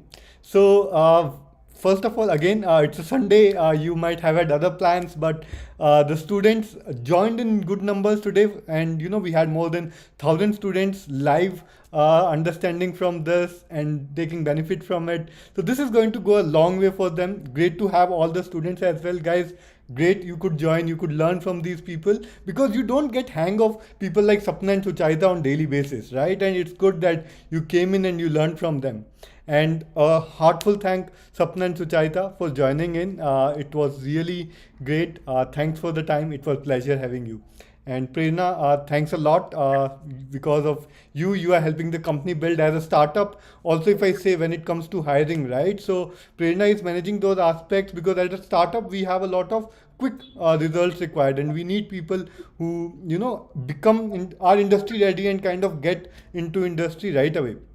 So Prerna looks at that. I will be sharing our LinkedIn information where you can connect with Prerna. Also ask any startup related information you require from her, and other details also will be shared in the live chat. So please stay on this, and we will be continuing with the results and the resume making tool. And we have this first session where you heard from the 3 HRs from different domains: Sapna from manufacturing, Suchaita from IT, and Prerna, who had been hosting you throughout the program. So great to have you all, and I will take it up from here on the further details and the working of the things. Thank you so much. Thank you so much. Yep. Thank you so much for this platform, both of you, Prerna and yeah. So, yep. Umang Surana. Yep. Yeah. And Ronak as well, right? So thank Yeah. you so much. Yeah. Bye. Bye, Sapna. Thank you. Thank you, Prerna, Umang, and Ronak. It's been great working with us. Pleasure is ours. Thank you. Thank you. So, guys, the main part is coming up now. I will be walking you through the details of what is in line. First things first, a lot of institutes participated. We are glad that more than 200 plus colleges participated. We had around 30,000 plus registration for the event. Thousands of you could join in today. Many of you had this question of where will you get the learning material, how will you get the certificate, and all of that. Before that, a quick introduction about myself. I'm Umang Surana. I'm a graduate from IIT Madras. I graduated with dual degree in 2015, and since then I've been working with students to build an ecosystem where we get the best engineers from this nation. You know, if you look at the world's top nations, be it Japan, be it US, be it even China, Germany, and others, they are developed nations and they are engineering nations. Okay, so if our country, and there's no if, we have to become a powerhouse, and we can only become a powerhouse by becoming an engineering nation. At Capable from Elite Techno Groups, we are building that. We are creating an ecosystem where experts like Sapna, Sucharita, even we had a Google expert, Jeevan, and other folks come and give talks. We have all these programs shared with you on your learning portal. If you have not got that access, you will be getting them by tomorrow. So now coming to the results, where I would like to thank all the colleges and the three best colleges which did it the best. I will be sharing that screen with you in a second. So just give me a moment. I will be setting that up so that you would be seeing the top colleges. We'll be sharing awards with them. We will be giving faculty kits. We'll be sending to them pretty soon. So I'm going to share that with you in a second.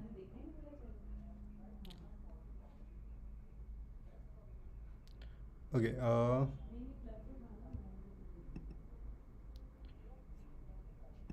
Cool. It's starting from the last slide. I will move it to the first one. I hope all of you can see my screen. So now I would walk you through on the, okay, 600 participants. My bad. I thought it was 200, but we were actually much better than that. We got 600 plus. Three colleges we would want to give the best educational institution award, and the faculties, because the idea is it's a free learning.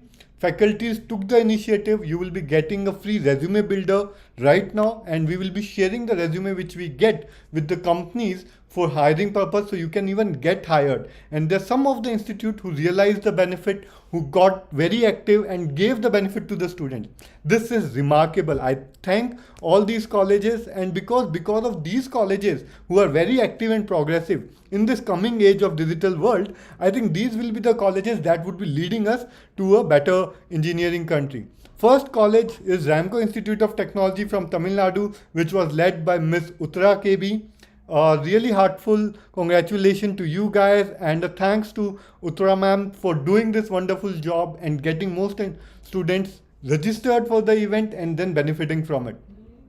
The second one is Dayanand Sagar Academy of Technology and Management from Karnataka, led by Dr. Sumitsa Devi KA. Amazing effort. Again, a lot of students have joined from here and are going to be benefiting from this. We are really happy, and thanks Sumitsa ma'am for taking this initiative and getting students the skills for free. Then Indira Gandhi Delhi Technical University for Women from Delhi, led by Professor Arun Sharma. Great effort, Arun sir. You have helped the students learn the skills which could take them to the next level. And it is great to see from different parts of India, everyone is participating, and we are taking this initiative to the next level. So guys, and everyone, the college, the faculty, the students who have joined in, it's really great. Keep up the learning. Subscribe to our channel. We have a counseling session which the details are given. Talk to us, enroll in the learning programs, get internships, get jobs where you can be engineering ready. And this is about ecosystem. A lot of learning, communication, peer-to-peer learning will be happening all on this. And the beauty is we are the team by IIT folks, NIT folks who actually have been from the best of the colleges who want to give you the best. Guys, so this is one of the thing I wanted to share with you. Now I know you are here for the resume builder tool. One thing I would do that before that is I will be sharing a form link with you to understand what are your inclinations, where do you stand today. Okay, so yeah, I will be closing this. So I will be sharing the form with you in the chat here, and then you could access that.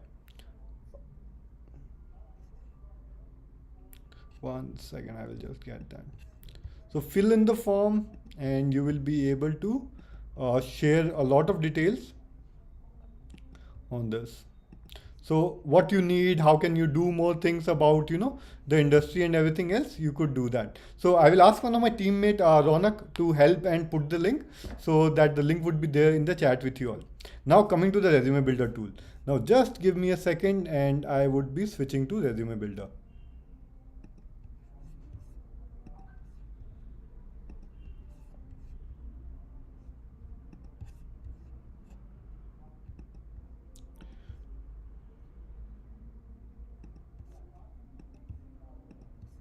Okay, so I hope you all can see my screen on the resume builder. Okay, so this is the link. Ronak, again, is it possible for you to post the link on the resume builder in the chat here? And all the students, let's start building your CV. Okay, so first things first, we will click on let's build your CV. Okay, what you have to do. Uh, what we will do is first enter your number where you would be getting details. Okay, it will send an OTP. I will go get my phone. 3569. Oh wow. Okay, I am here because I already started building it. Okay, so if you go back to home, you can go back to home, start building it again, and then if you have any file, you can upload it or you can remove all the things. Okay, so we don't have any file. Let's start with building our resume. Okay, so first things first, what we will do is we'll start writing your name. Okay, this is for your image. My bad. So you can upload your image and your image will start showing up. So let me do that. Choose a file first. Okay, it will go to your board, pick a file which is resume. Right now I don't have a picture here, but you guys can go ahead, pick your picture, select it, and then you click on open and your picture will show up. Then start entering your full details. So say for example, my name is Umang Surana. I have entered that. Enter my email ID. It is suranaumang@elitechnogroups.com. My phone number is here. And then my address. Okay. So right now I will put Kormangla, Bangalore. This is where our office is. Professional summary, you should not have more than 2 lines. Okay. I am co-founder at Capabl and we are building an engineering ecosystem to make India world's best engineering nation. Okay, just keep it simple and smooth because the idea is people would get all the information anyways. Okay, so you click on this, you mention that. Now start with your school. Okay, you mention IIT. Okay, so I did from IIT Madras. Okay, and then I did bachelor's and master's. So I did a dual degree in civil engineering and applied mechanics. Okay, it was from year 2000. So click on this calendar. It was from year 2010 to 2015. So scroll a bit up. I will go to 2010 here. I started in August and then I finished it in 2015 June or May. So I will go there, go to May. Okay, field of study. Okay, I think I should have mentioned it here, my bad. I will cut it up. Dual degree, field of study was civil engineering and applied mechanics. Okay, I will not disclose my CGPA here, but let's assume you will put 9.5. No, that was not mine. I wasn't that bright because I was focusing on a lot of other things, starting up in education aspects. So, but yeah, I wasn't bad at West. So now let's put another education. So let's go put 12th standard, right? So you could put it as XII or 12. I like XII. Degree was 12th standard, so it is senior secondary. Okay, from year to year you could mention it was 28 to 2008 to 2010. So I will put 2008. It starts in April, ends 2010.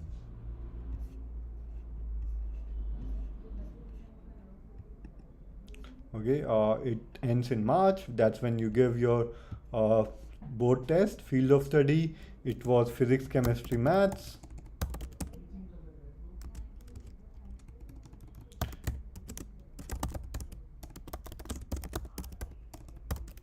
Maths, or you can just mention non-medical. Okay, over here I passed with around 90%, so let's put 90%. Okay, and you could add your 10th. So since you are in college right now, which I'm assuming, could put that. If you are in diploma, still put 10th and go ahead. If you would be a working professional, I would say skip 10th and 12th, but since we are addressing to the school student or college students, better to have 10th. Degrees, just, secondary studies.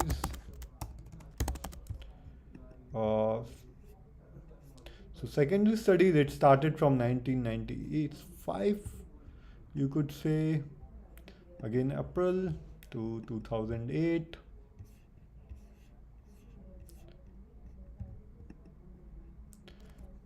March. That's when I completed my 10th field of study, schooling. Again, I will just put some percentage here, and that's what. Now comes your experience, whether you had a job experience or whether you had projects. Now, if you had done internship, you start putting it here. So, say for example, when I was in college, I did a civil engineering related internship in one of the company in Mumbai. Okay, so I will start entering the details over here. So it was in structural engineering. Okay, company name was VMS, city was Mumbai. Okay, do mention the dates. It was in 2013. It was started from holidays, which was May, and it ended in 2015. Oh, sorry, 2013 again, and it ended in 3 months, July end. Sorry, 2 months. Company website, if you want to put it up, you can put it up. Now you should mention your details here. Again, if you know you have attended our previous session, you have got the ideas of how to write a resume. Even in today's session, you got ideas on how to frame a resume. Start with verbs, start with action items, and build in points. Okay, so say for example, first point is, I designed a commercial and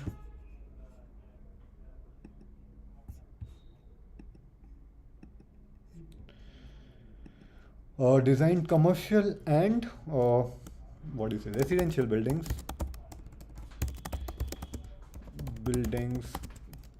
keeping in mind the load and structural constraints.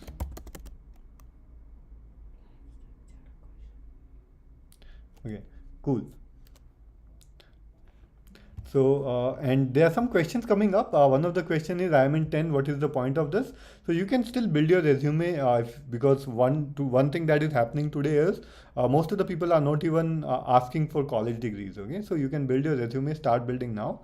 And okay, so build the resume. Yes, start building the resume right now, Sanket. And build with us, submit with us, and that's the detail we are going to send for the world record building. So start your building your resume right now, and those who build up the resume right now, we will get their details. We will send them the certification for this. Okay, so start making the resume right now. Okay, now coming to defined roles. Okay, so what, and you should have, if it was a big internship, okay, have 2 to 3 points. Now, one is what you did. Then second is the impact you created.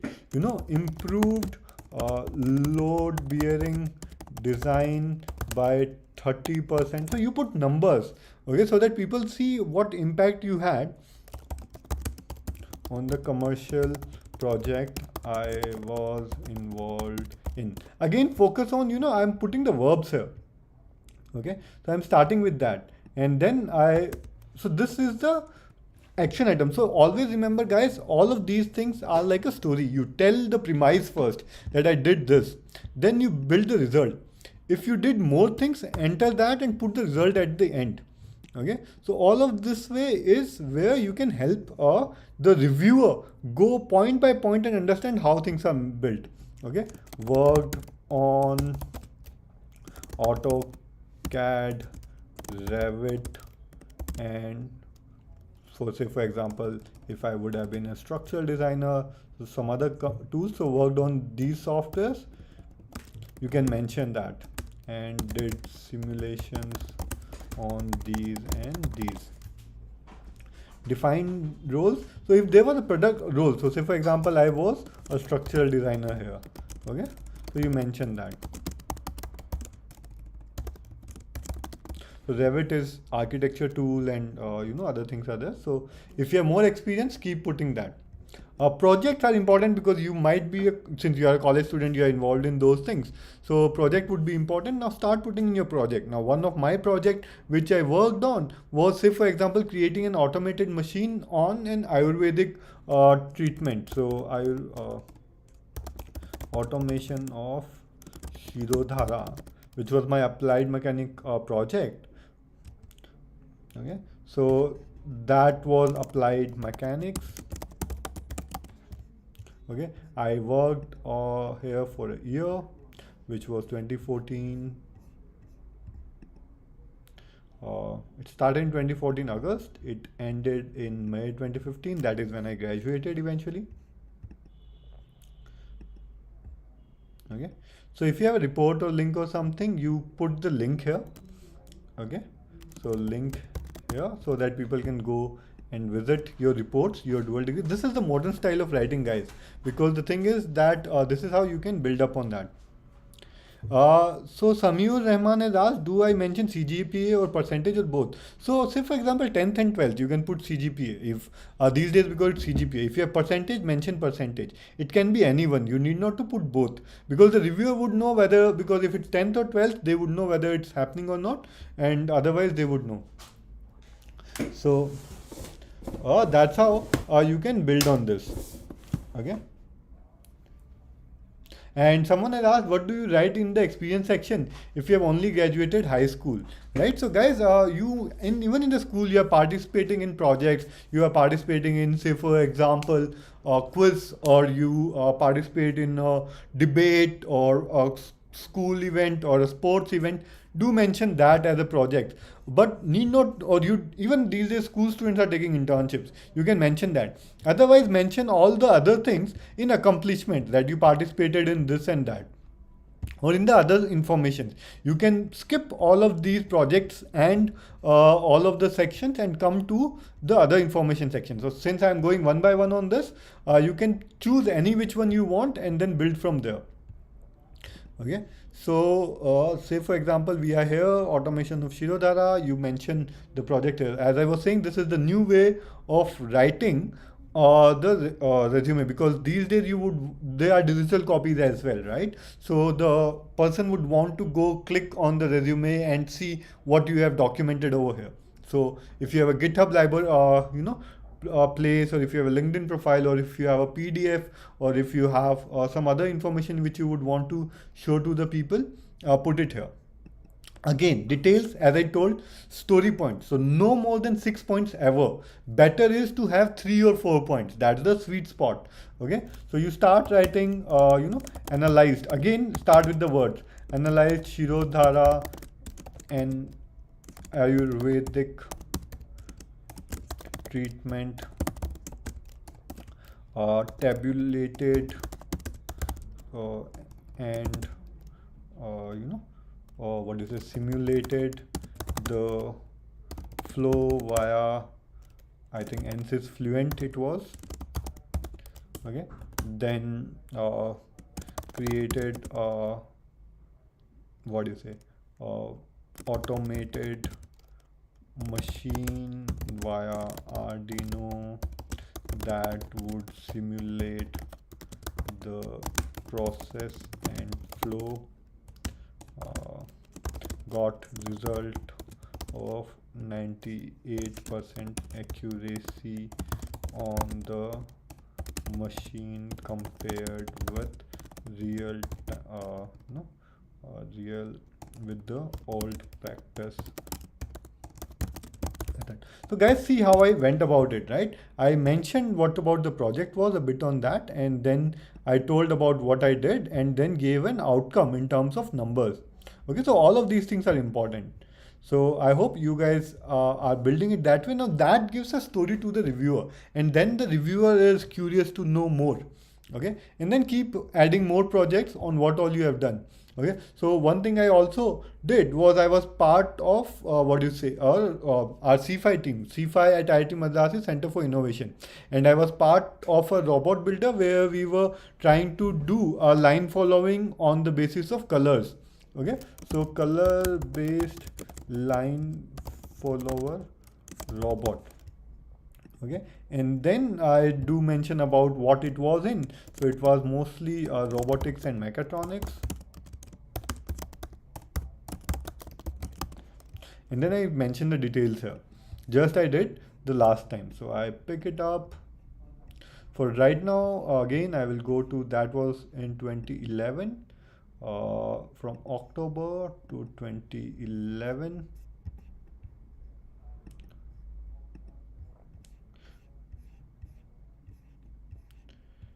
December, and I could mention the pictures or the videos here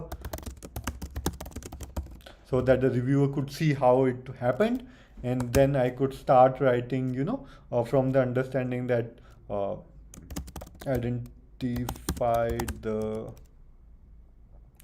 essentially the okay, so it was mostly on computer vision and identifying the colors, and then processes, and what do you say, motors and everything. So I could start writing on that. Again, long time back, I remember it not so well, so I'm just skipping that, but you should write this in details. Now, as a college student, I was very active in a lot of activities. I was part of the I was one of the heads at the at the technical festival, which was there, which is Shastra, if you may know. It's one of the good technical festivals in India. I was one of the heads in that, and I was involved in the 3 and 4 years throughout the college. Also, I was involved in Sarang, which is the cultural festival, at many roles. So, and even in my civil engineering department, I played crucial roles at different things.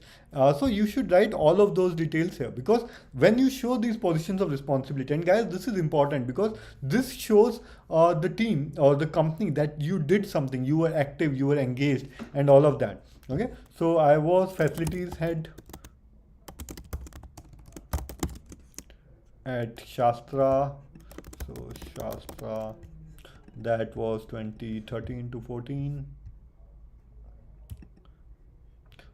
It started in May, ended in 2014 May.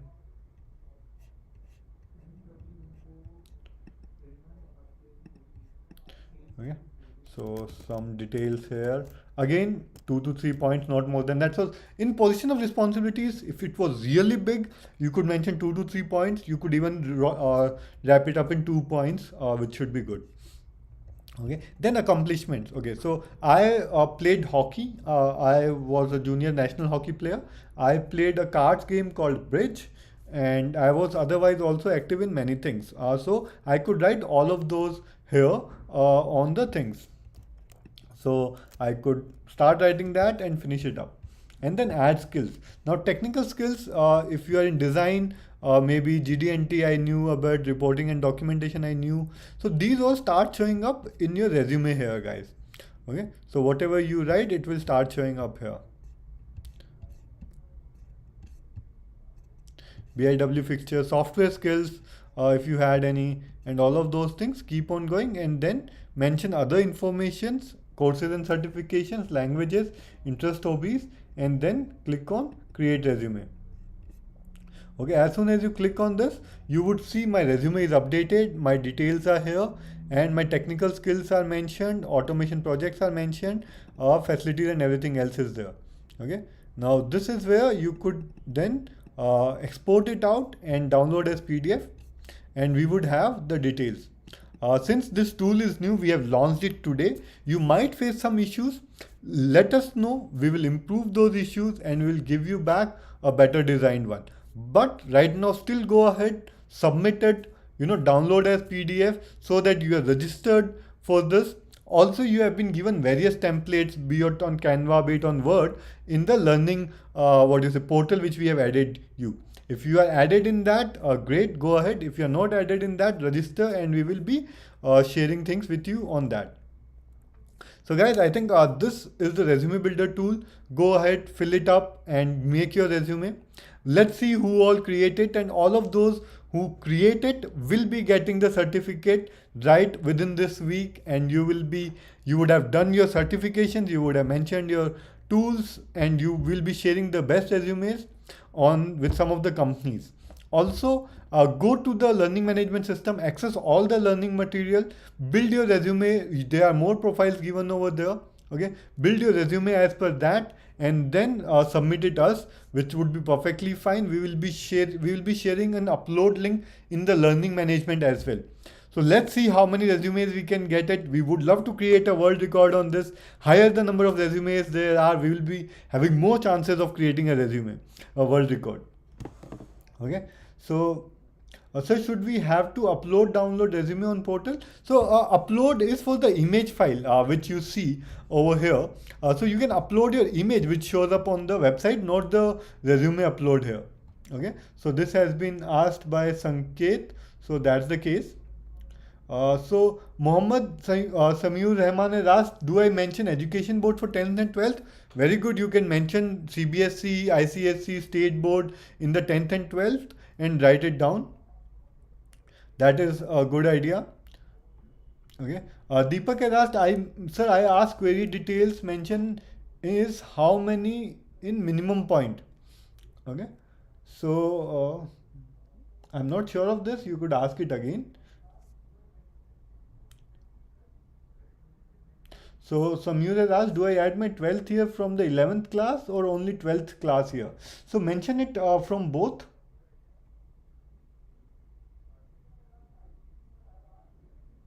Okay, so guys, feel free to ask any question, build on this, and then we will be doing more and more of these sessions. The tool is new, we are improving on it, but you will be getting a better version of it. If you have issues, use the templates which we have shared with you. Upload your resume on the link which is shared on that portal. If you are not registered or if you don't have the access, you will be getting these access right away. And if you have any questions, I'm here for a few minutes to answer that right now.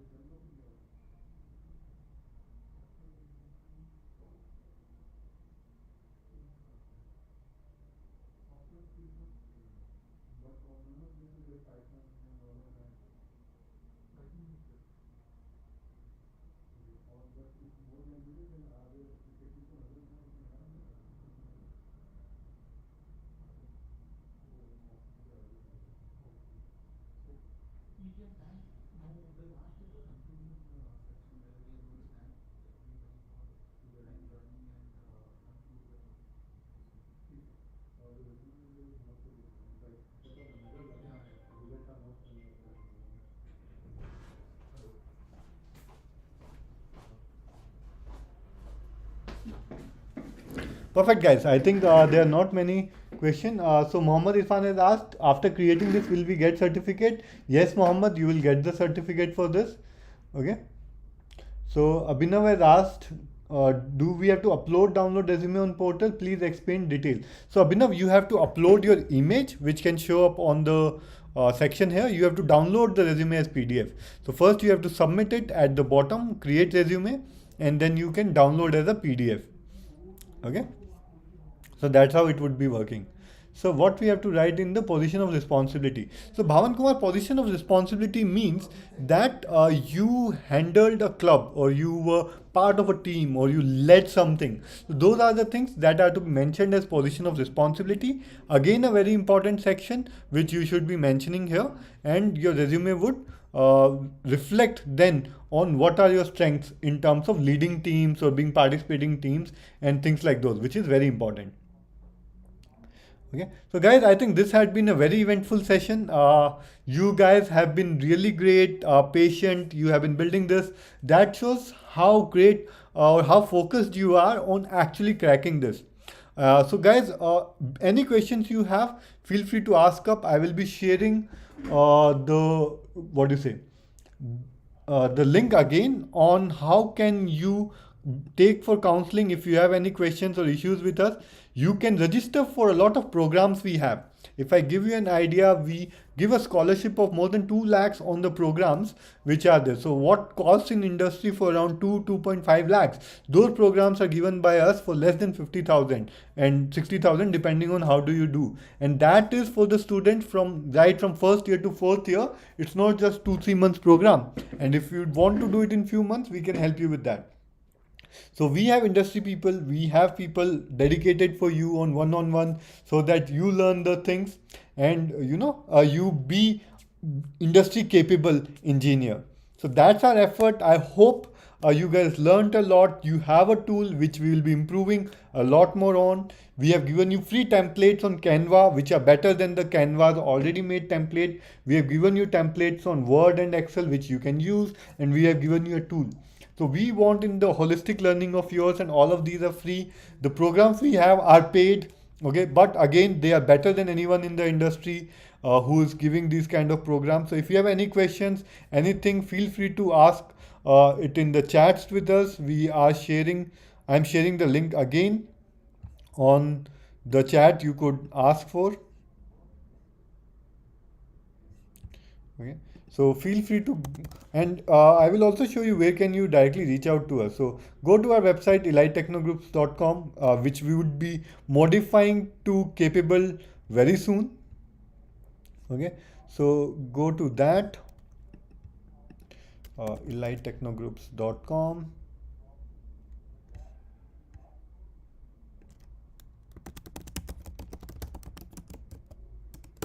Okay, this is the tool which was there.